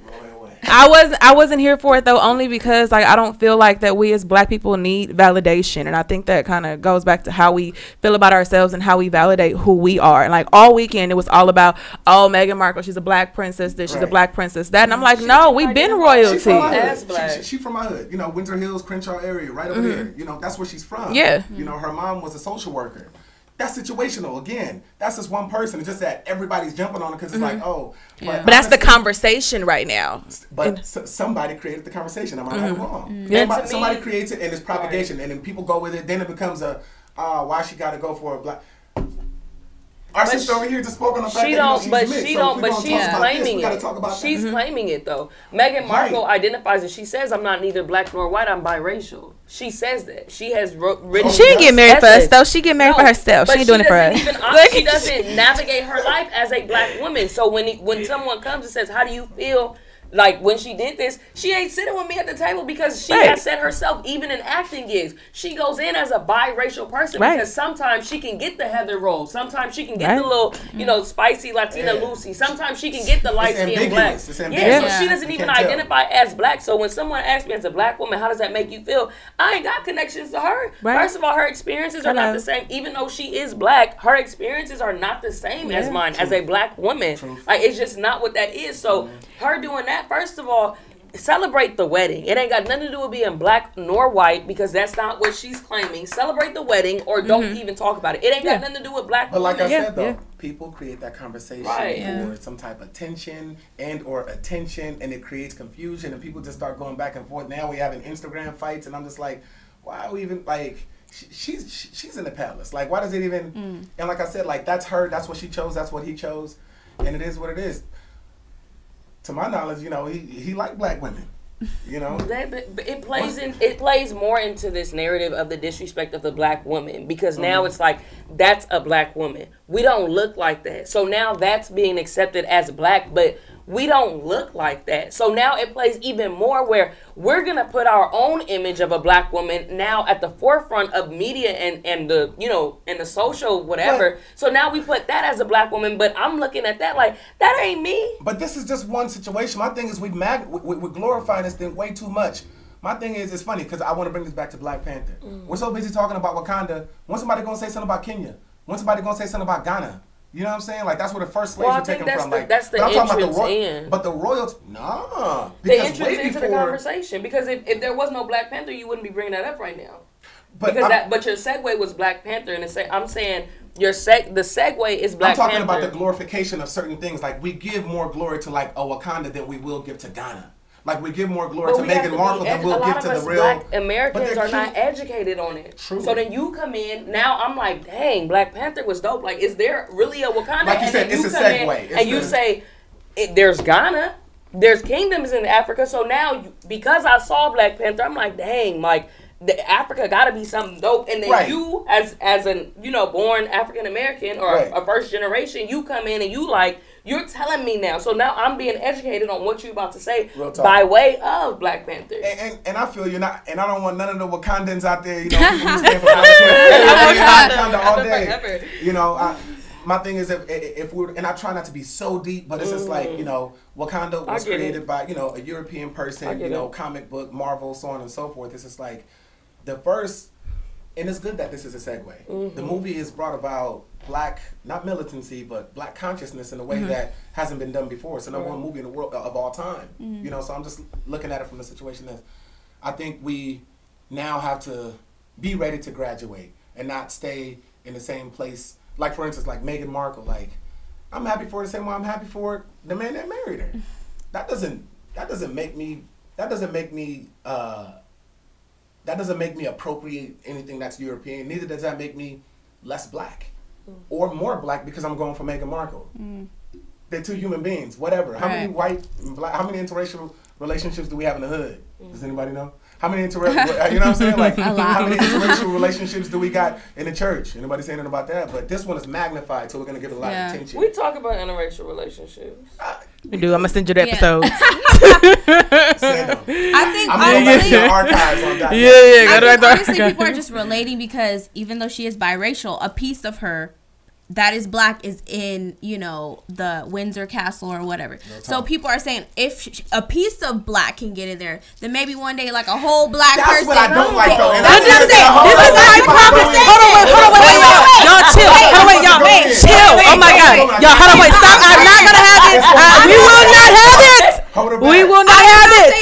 I'm saying a lot of people are saying yes. If a piece of a black, if half, y'all, do you? First of all, do you know how much of herself that she has to lose? Like, you're not just marrying into a family; you're marrying into a lineage. So therefore, in order for you to marry into that family, you have to lose some of yourself. You cannot have social media. You cannot work. You can't even have your nails a certain color. So it's like, how am I supposed to be in my blackness when I literally have to sacrifice who I am to really push your interests? Now, you're right. My question then becomes, what is blackness? Is it just the skin, or is it the? But she's pushing biracial. She's not pushing black. She's pushing biracial. It's being black is the hair that you have, the different, like our texture. No matter how much you are, food. It's everything where you. It's things that how you were raised. It's the lifestyle of what you were living. Anybody that's out here thinking that it's a piece of black, you go and walk up to that castle and see if they gonna let you. They don't just let anybody walk up in Windsor Castle. If you want to. That's why I'm saying is that now we feel like this image of blackness is now on Meghan Markle, and it disrespects us as black women. It does, because we don't look like that. Even that article. What was that article that we talked about? When it said it was this is a new sign of hope or something. Oh, hope for black women. Ain't no hope for me. Nah, that's not the hope. But I got a question for y'all. I got a question. What's the question? When was the last time y'all saw this? Just think for a minute. We should all know it. His last name starts with an O, ends with an A. Obama? Yes. Barack Hussein Obama. He became the standard. Oh, he's in there? We made it. Meghan Markle's up in the Windsor. We made it. And it's a wrong way of thinking. It's the validation theory. Like you're saying. But I'll say, if a piece of black is up in there, now we can all make it. But why is that the standard? Because it's a lot of people think like that. It's a minor thing in terms of how we go, what we can visually see. Because a Meghan Markle may not fall suit to what I fall suit to. A Obama may fall suit to what a Trayvon Martin fell suit to. When he got up and he said, I think he said Trayvon Martin might be my son. Right. Now, but visually, and it's very minor and childish, but visually, Barack Obama can identify more with you than Meghan Markle can identify with me. So when we talk about being black, yes, it's on this scale of how do you look and how will they perceive you? Obama is more likely to get shot by the cops because of how he looks, regardless of how he was raised. Meghan Markle may not fall suit if she can go out there and get a Latina role, a white role, and then also the role of a light-skinned person. When a black woman, but a black woman, a light-skinned black woman can't get that. So she's now in this, where she is now privileged. Obama is not privileged in no way, shape, or form. The only way you know that he has a white father is if his white father is present there. But he looks like a black man. So when it became, there's some blackness, and then he brought Michelle Obama and his 2 black daughters, that's blackness all over that. And Michelle Obama is as black as you can get. So it's just like you can't. She a real sister. And it's sometimes it's just visually. And then Meghan Markle went and married a white man, which washes out your blackness. If Obama, no. Hold on, but Obama went and married a black woman, Michelle Obama, and now had black daughters. Yeah, y'all. I'm sorry, we're gonna have a part 2 because we have another guest and we want to be. I gotta show respect to the no, because this is we gonna definitely have a part 2 up on this conversation though, because this conversation can be the whole 2 hours. So I genuinely thank you from the bottom of my heart, Charles, thank you for so you. much. Yeah. Welcome to QTT. This is how we get down over here on QTT. Yes. Oh man, thank you guys. I appreciate you guys having me on, man. Yes. I want to give a special shout out to my 2 young men that I mentored through the Barack Obama Initiative, my brother's keeper, Jalen and Mason. We all got a Jalen. I love you guys, man. Supposed to be taking them out soon, man. So And shout out to the whole black movement, man. Jesus lives. So before you go, can you let everybody know like where we can kind of follow you on social media or kind of follow you and unfollow you? Unfollow you. No. But and then also to follow your work. You know, if you have any little pieces that we can just follow the movement. Your handle, please. Yes. Charles Opong, CharlesOpong.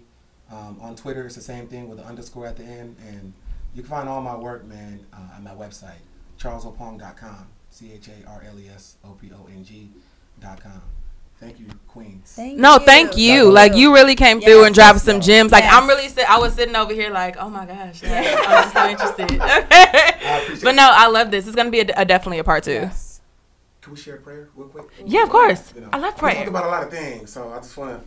Of course. Yeah, just want to share a prayer for if we can hold hands. Yes. You know, I'm old fashioned with it. Yes. She looked at him like, real quick. Heavenly Father, we thank you. We give you praise and we give you glory. I thank you for these queens, Father God, and everything it is that they're doing. I thank you for my brother who's in the room. I thank you for everything it is that we talked about. I pray that, Lord, you will have your way with each and every situation we talked about, whether it's racism or love, whatever the case may be, Father God. You will be in the midst of it. I pray that you will bless this show and great names will be in lights one day from this show.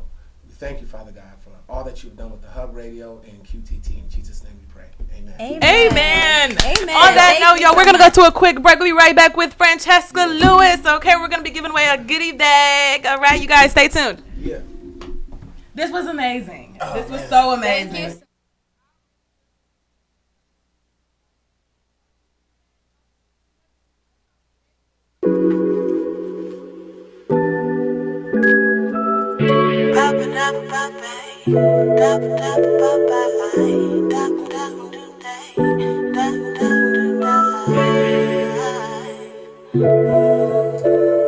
Don't let me get too comfortable.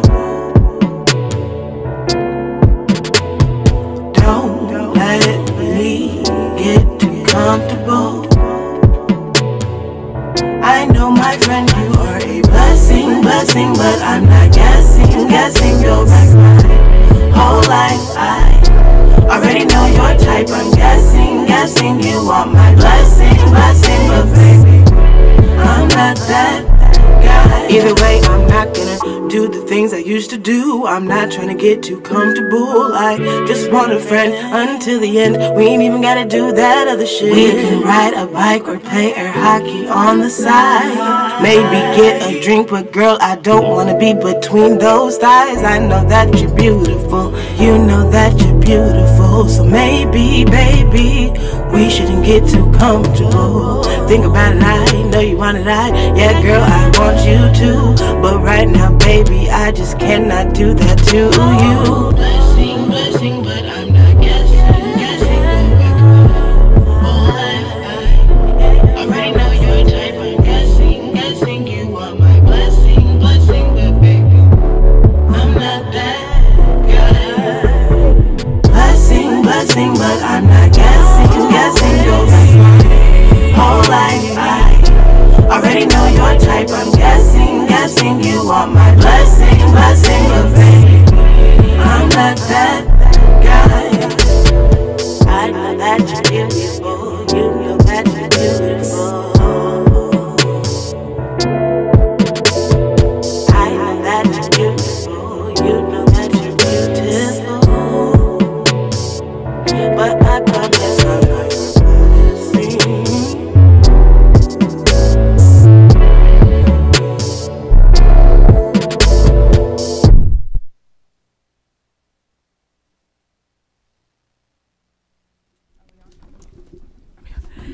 Hello, you guys. Welcome back to Queen's Table Talk here on the Hub Radio. Thank you guys for sticking around with us. For those of you who are just now tuning in, I hope you're not just tuning in. I am Ono's Best. I'm here with Miss Lovely Leah. Hey. Miss Jasmine Renee.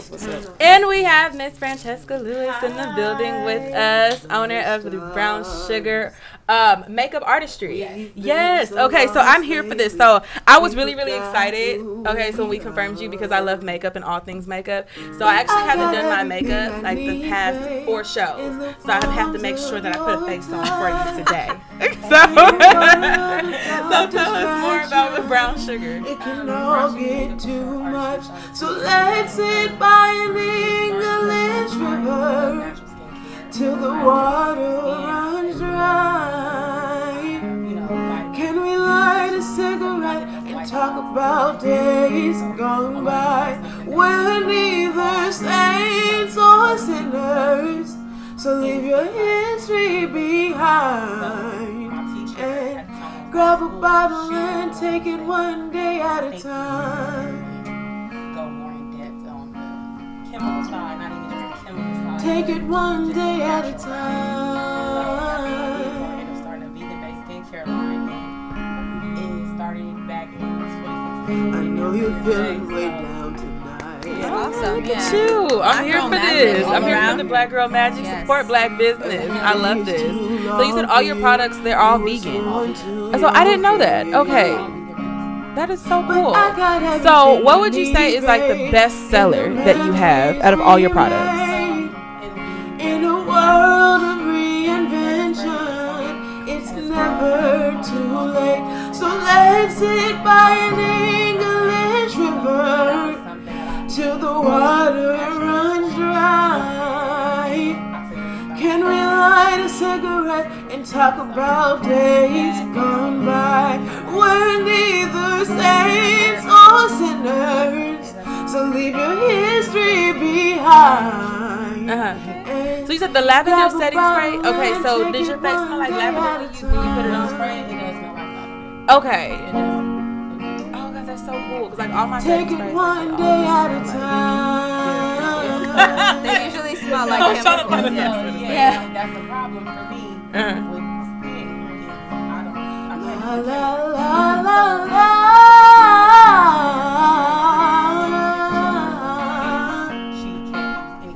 Oh, so let's sit by an English river till the water runs dry. There is nothing that we've done wrong that can't be made right. We're neither saints or sinners, so leave your history behind and grab a bottle and take it. Grab a bottle and take it. Grab a bottle and take it one day at a time. So do you make everything yourself, like everything is handmade by each you? Product one by one by me. So you Personally, and you know the person who's behind your product. Yes. Oh, that's awesome. I don't have nobody helping me when I'm in there 5, 8, 9, 10 hours a day. Oh wow, that is so cool. Yeah, that is. And I'm not even a makeup person, but I appreciate that it's vegan and that you're doing it for, you know, you use what you needed to now like service other people. I think that's such a dope aspect. Like it's an act of like servitude, and you just going out and saying like, I was once looking for something, so now for those of you guys who are looking for the same thing, here you go. Like, right. So I think that's really dope. That's really cool that you have that.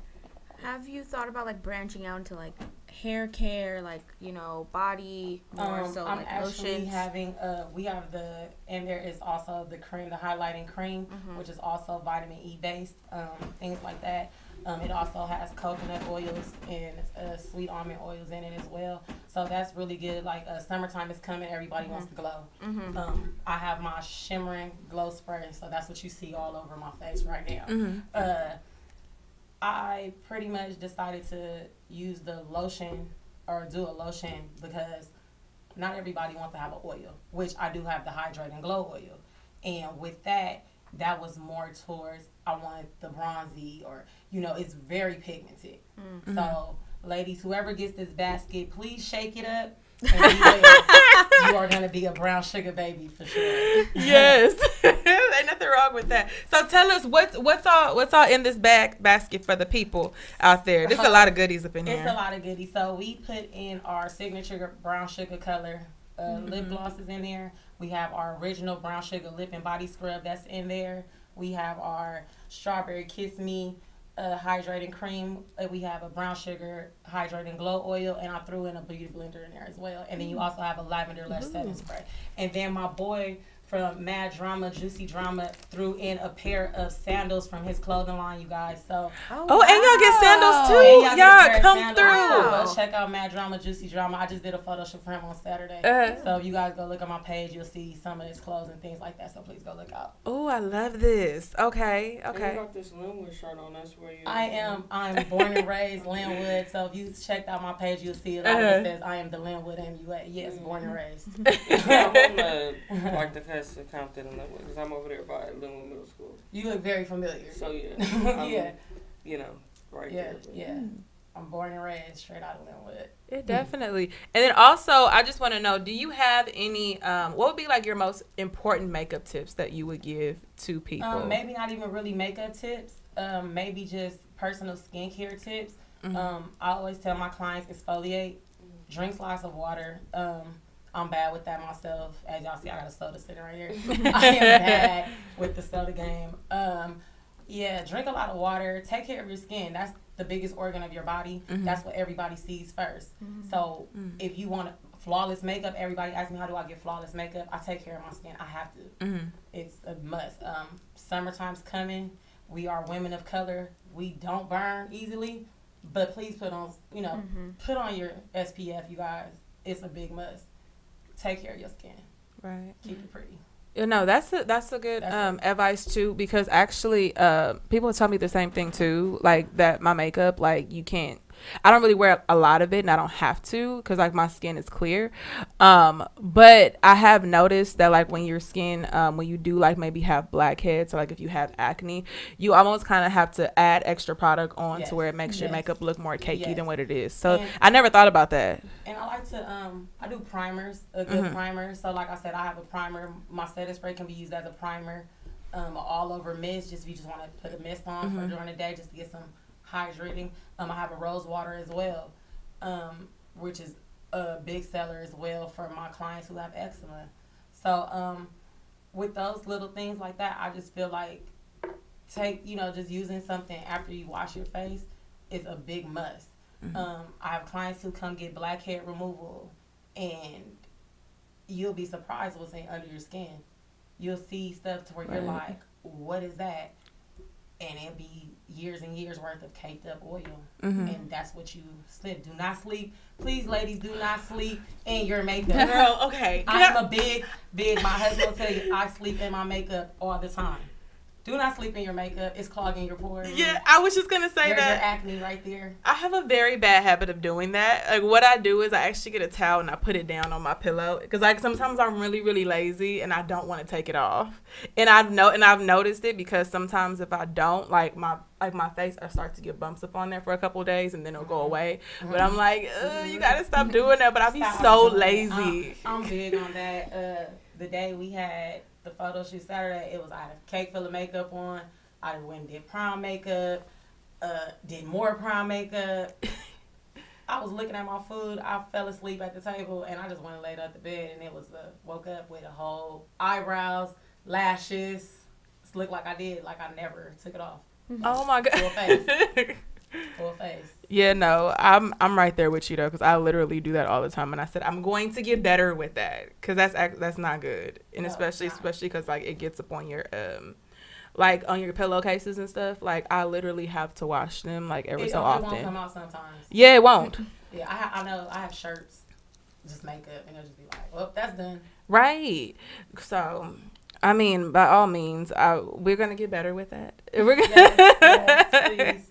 We have to. I have a question about your lip gloss, because I'm just like staring at it because I love it so much. So what exactly is in the lip gloss? Because you know how sometimes lip gloss is too like sticky where you're like, and then sometimes it's not moisturizing enough. So then when you like touch something and just stuff like, kind of just cakes up on it. You know what I mean? Right. So what do you have in your lip gloss? Fractionated coconut oil, sweet almond oil. Because it kind of looks like a butter on your lips. Right. Yeah. Things like that. Okay. I can't give you all the juicy secrets. Yeah. But, No, I understand. But, so where can I get your lip gloss and how much does it cost? So you guys can get all lip glosses are $5. You can get a whole 8 collection of all 8 colors or any 8 of you want for $35. You can place all orders through PayPal. You can DM me. So you can follow my pages, Francesca Lewis or Brown Sugar Makeup Artistry. Or you can go ahead and follow me on Instagram, Francesca_the_makeup artist. Okay. And do you also have lipsticks too, or just more? So? No, we just have lip gloss. Okay, because I know lip gloss is making a comeback. Because before it was all about the matte, It's and all now about the it's matte. coming back. And we had to bring it back. I'm excited. Yeah, because I'm like, not a lot of people wear lip gloss, Right, and now I people are had starting a to. client who actually like texted me. She bought her pack. She bought her little glitz pack. She opened it. As soon as she got it, she opened it, and within 5 minutes, she posted online, and she's like, so, I'm never buying MAC again, right? And it's just like, she's like, it's not sticky, it's not this. And that's just something that I have to live for. I'm a big MAC girl, but I can't do the sticky gloss. Me either. I don't want to. And then when you talking I'm like gonna, that, you can see them. You can see Yes. it. Yeah, I got some L'Oreal lip gloss that was like that. I love the color of it, but I would just wear it for the color. But it was so sticky, so I would like have to make sure that I didn't do too much. Like I have to stay, only a little bit and just stay still for the whole day. But that just looks so pretty. Like it just looks so smooth. It doesn't even look like it's like too much. It just looks so natural. Yeah. And I'm just like, oh, I'm about to get that. Because I need more like everyday stuff, and then with the matte, like sometimes it's like beating up, and you're like, and you eat stuff. And stuff like that comes from not exfoliating. So like your lips. So the different climates of whether you'll start to notice, oh, my lips are cracking, or I'm sick. Your lips are cracking. Things like that. That comes from just not exfoliating. That's dead skin. Everybody just lives by Carmex. Carmex. But it's not an everyday thing. That is really based for cold sores. Not everybody knows that, but that's for cold sores. That's interesting. I'm more so of a Vaseline girl. I use Vaseline. I use Vaseline. So do you do the lip scrubs? You do lip all my scrubs can be used for lip and body. If you want that's really nice. I do have specific scrubs that are for body, which are more coarser organic sugar that I like to use. And same oil blend, same things like that, same benefits, but it's just a little coarser. So I do have those. Like those are really good for heels, elbows, knees, things like that. So wow, I'm learning a lot right now. Yeah, no, I didn't know that Carmex was for cold sores, because I used to use that in high school, like all the time. I needed to have my Carmex. Right, like with my Carmex set, like on your keychain and everything. I use the Vaseline, and I use that EOS. The one like with the little ball. I use that too. Do you have any tips for like eyelash care? Because I put Vaseline on my eyelashes every night after I wash my face. That's good. But I don't know like if that's good I or not. put coconut oil on mine. Okay, so it is, because I have seen a difference of them kind of growing out a little bit, because I had lashes and then I took them off, I guess, improperly, and then I just felt like my eyelashes were really, really short after that. So every night after I wash my face, I put like a little bit on my eyes. What you want to do is, what I learned is when you're taking off eyelashes, you want to pull them off from here. Well, no, the individual ones. Oh, so you do individual ones? Like, I had tried it out just to try something different, because I don't usually like to wear makeup like that. So I tried individual just to make my face look more like, alive, like I'm awake, And I don't know what I was doing, but they were just coming off, so I was just like taking them off because I didn't know, because that was my first time. So those with the glue that they use is a different glue, and the glue actually will pull your eyelashes out. So it's not like the Duo eyelash glue, or I know a lot of people who use 30-second weave glue. What? Weave glue, yeah. On their eyes? On their eyes? Set, like literally, if you on a set, like I've been on sets like movies, I've been on set like videos, photo shoots, and if you ain't got it, that makes my eyes hurt. You'll be close to a Cosmo and be like, excuse me, can I see your weave glue? Thank you. Wow. Yeah, to make it work, and it actually works better than using maybe Duo sometimes. That sounds. Does it make it harder for your lashes to come off? No. Really? Wow. Oh my gosh. I don't know if I would try that. I can't even wear lashes anywhere. Yeah, that's risky, but it's like the same thing. I cannot put eyelashes on for anything. Like the strips, I cannot do it. I don't know how to, like, it just does not work for me. I used to put them on other people, but I couldn't put them on myself. Yeah, it just doesn't work. And yours just looks so, like, you're... And I was actually rushing to put these on. I was like, I was in the car. Like, life of a makeup artist. Okay, great. They look so amazing. They do. Just show your face to the camera. Like, show them right there. Okay, you see the beautiful makeup. You know, So who is winning this basket? So let's go. Let's find out who's winning this basket, okay? Because we got the names here, okay? And I want you to pull the name. This beautiful basket. It's so cute. I just wanted to keep it for myself. Right. It's really nice. We And should you got, share it. You got a whole beauty blender up in We here. should share it. I want the lip gloss. That's Right. what I want. So I can be like. I'm a pig. Okay. What was this? You want to read it? Brianna Garcia. Brianna Garcia, you have won a Brown Sugar Collection exclusive basket. Oh my God! So congratulations to Hopefully Brianna you're Garcia. watching right now. You win. I don't know. I hope you're winning too, girl. If you don't claim your prize in the next 24 hours, though, PTC is keeping this. We're Okay. gonna share it. So Brianna Garcia, congratulations to you. You have all this beautiful goodies from Brown Sugar Collection. Yes. Awesome. Yes. Yes, indeed. So on that note, we're going to take a very, very quick break, and we'll be right back with our closing.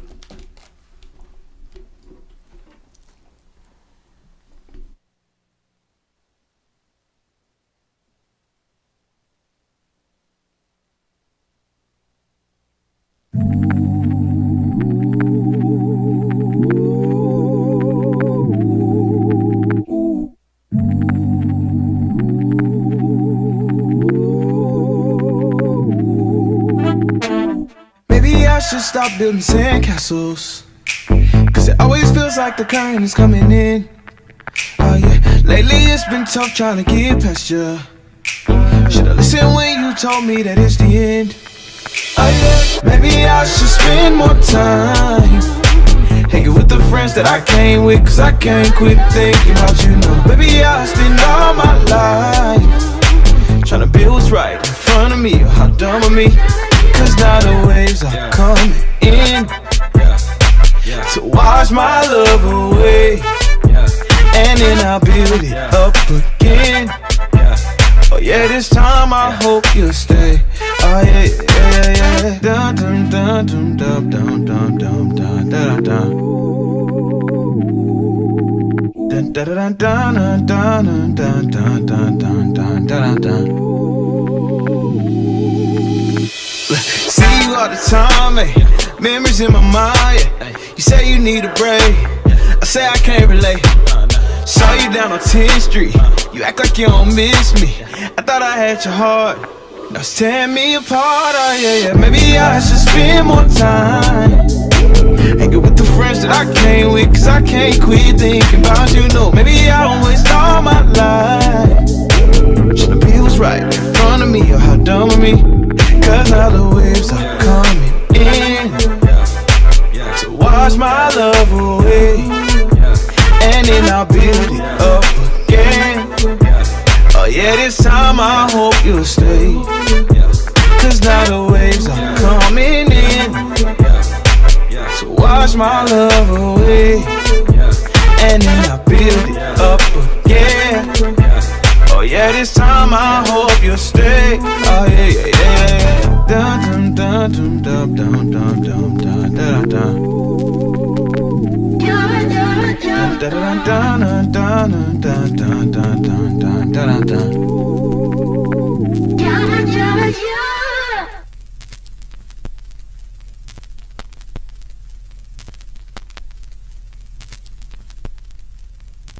We're having some great discussions about.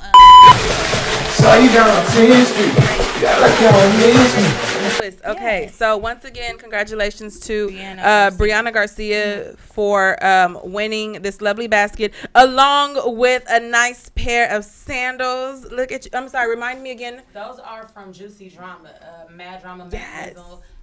He's local Compton. Shout out to Mad Drama. His new women's clothing line. Hey, awesome. So Brianna Garcia, congratulations to you. A special thank you to Charles Opong for sitting in with us, gracing us queens with your knowledge and dropping some gems on us. Definitely special thank you to Francesca Lewis for sitting in with us and all of your beauty and all of your makeup tips. Yes, we'll definitely have to reach out so we can get some body scrubs and some lip glosses though, because I love. Actually have something coming next week when I get back from Vegas after this wedding. Ooh, I love this. I'm so excited. Oh, I love this. Okay, this will be great. I'm looking forward to this. I got you though. I got you for a clear lip gloss. Lip gloss. I got you. You give me my basketball vibe. I was one of those. Girl, you can throw everything in my basket, girl. I'm ready to try some stuff, especially the lip. Yeah, no. For real, like I would love to try it out. Yes. Okay, I just had that's for our viewers, not for myself. For my cousin, which is also my assistant, her husband actually doesn't like. Shout out to my powwow. That is my cousin, and she's my assistant. But she actually, her husband doesn't do the lip gloss. Like when he has lips, she has lips. Don't kiss me. Since my line's been out, that's all she wears, and he be like, give me a kiss. Like she be telling me like, now you want to kiss me every time. Does it taste good? Some of them do. Some of them, I have a strawberry flavor one. You know, they have a little different flavors. You might get a strawberry vanilla. Okay. Yeah. Okay. Well, she got a man, so that's why she like, okay. Yeah, no. But no. I'll be like, no, don't kiss me. I'm wearing Francesca's line. Don't kiss me. But no, yeah, we are excited about that. You let us know, okay? And I promise you, we will give you guys our feedback upon this makeup, because just with the natural and the all vegan and the body scrubs, like I would love to try it. So. Of course. Definitely. Yes, so we're going to look forward to that. And then you guys, like I said, thank you so much for tuning in with Queen's Table Talk here on the Hub Radio.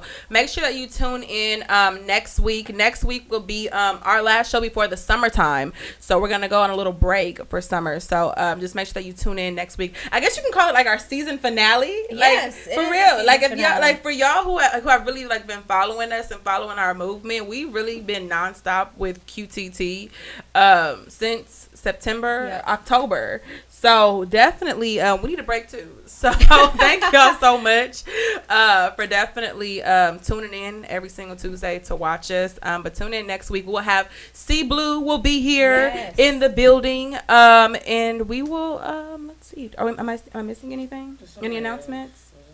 Oh, yes. Oh my God, forgive me. From Deja's band, the saxophone player. Oh, Zinga, yes. I'm sorry, I forgot. I don't know how to pronounce her name. Zinga will be here in the building with us as well. Okay, so make sure that you guys tune in to QTT next week, guys. But until then, thank you so much for tuning in, and do not forget, this is Queen's Table Talk, where we help you discover, unlock, and protect your magic. Be blessed, y'all. Yes.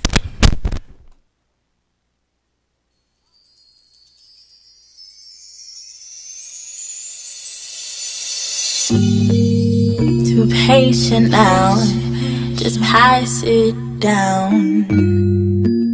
Back and forth, you're out the door, then want some more.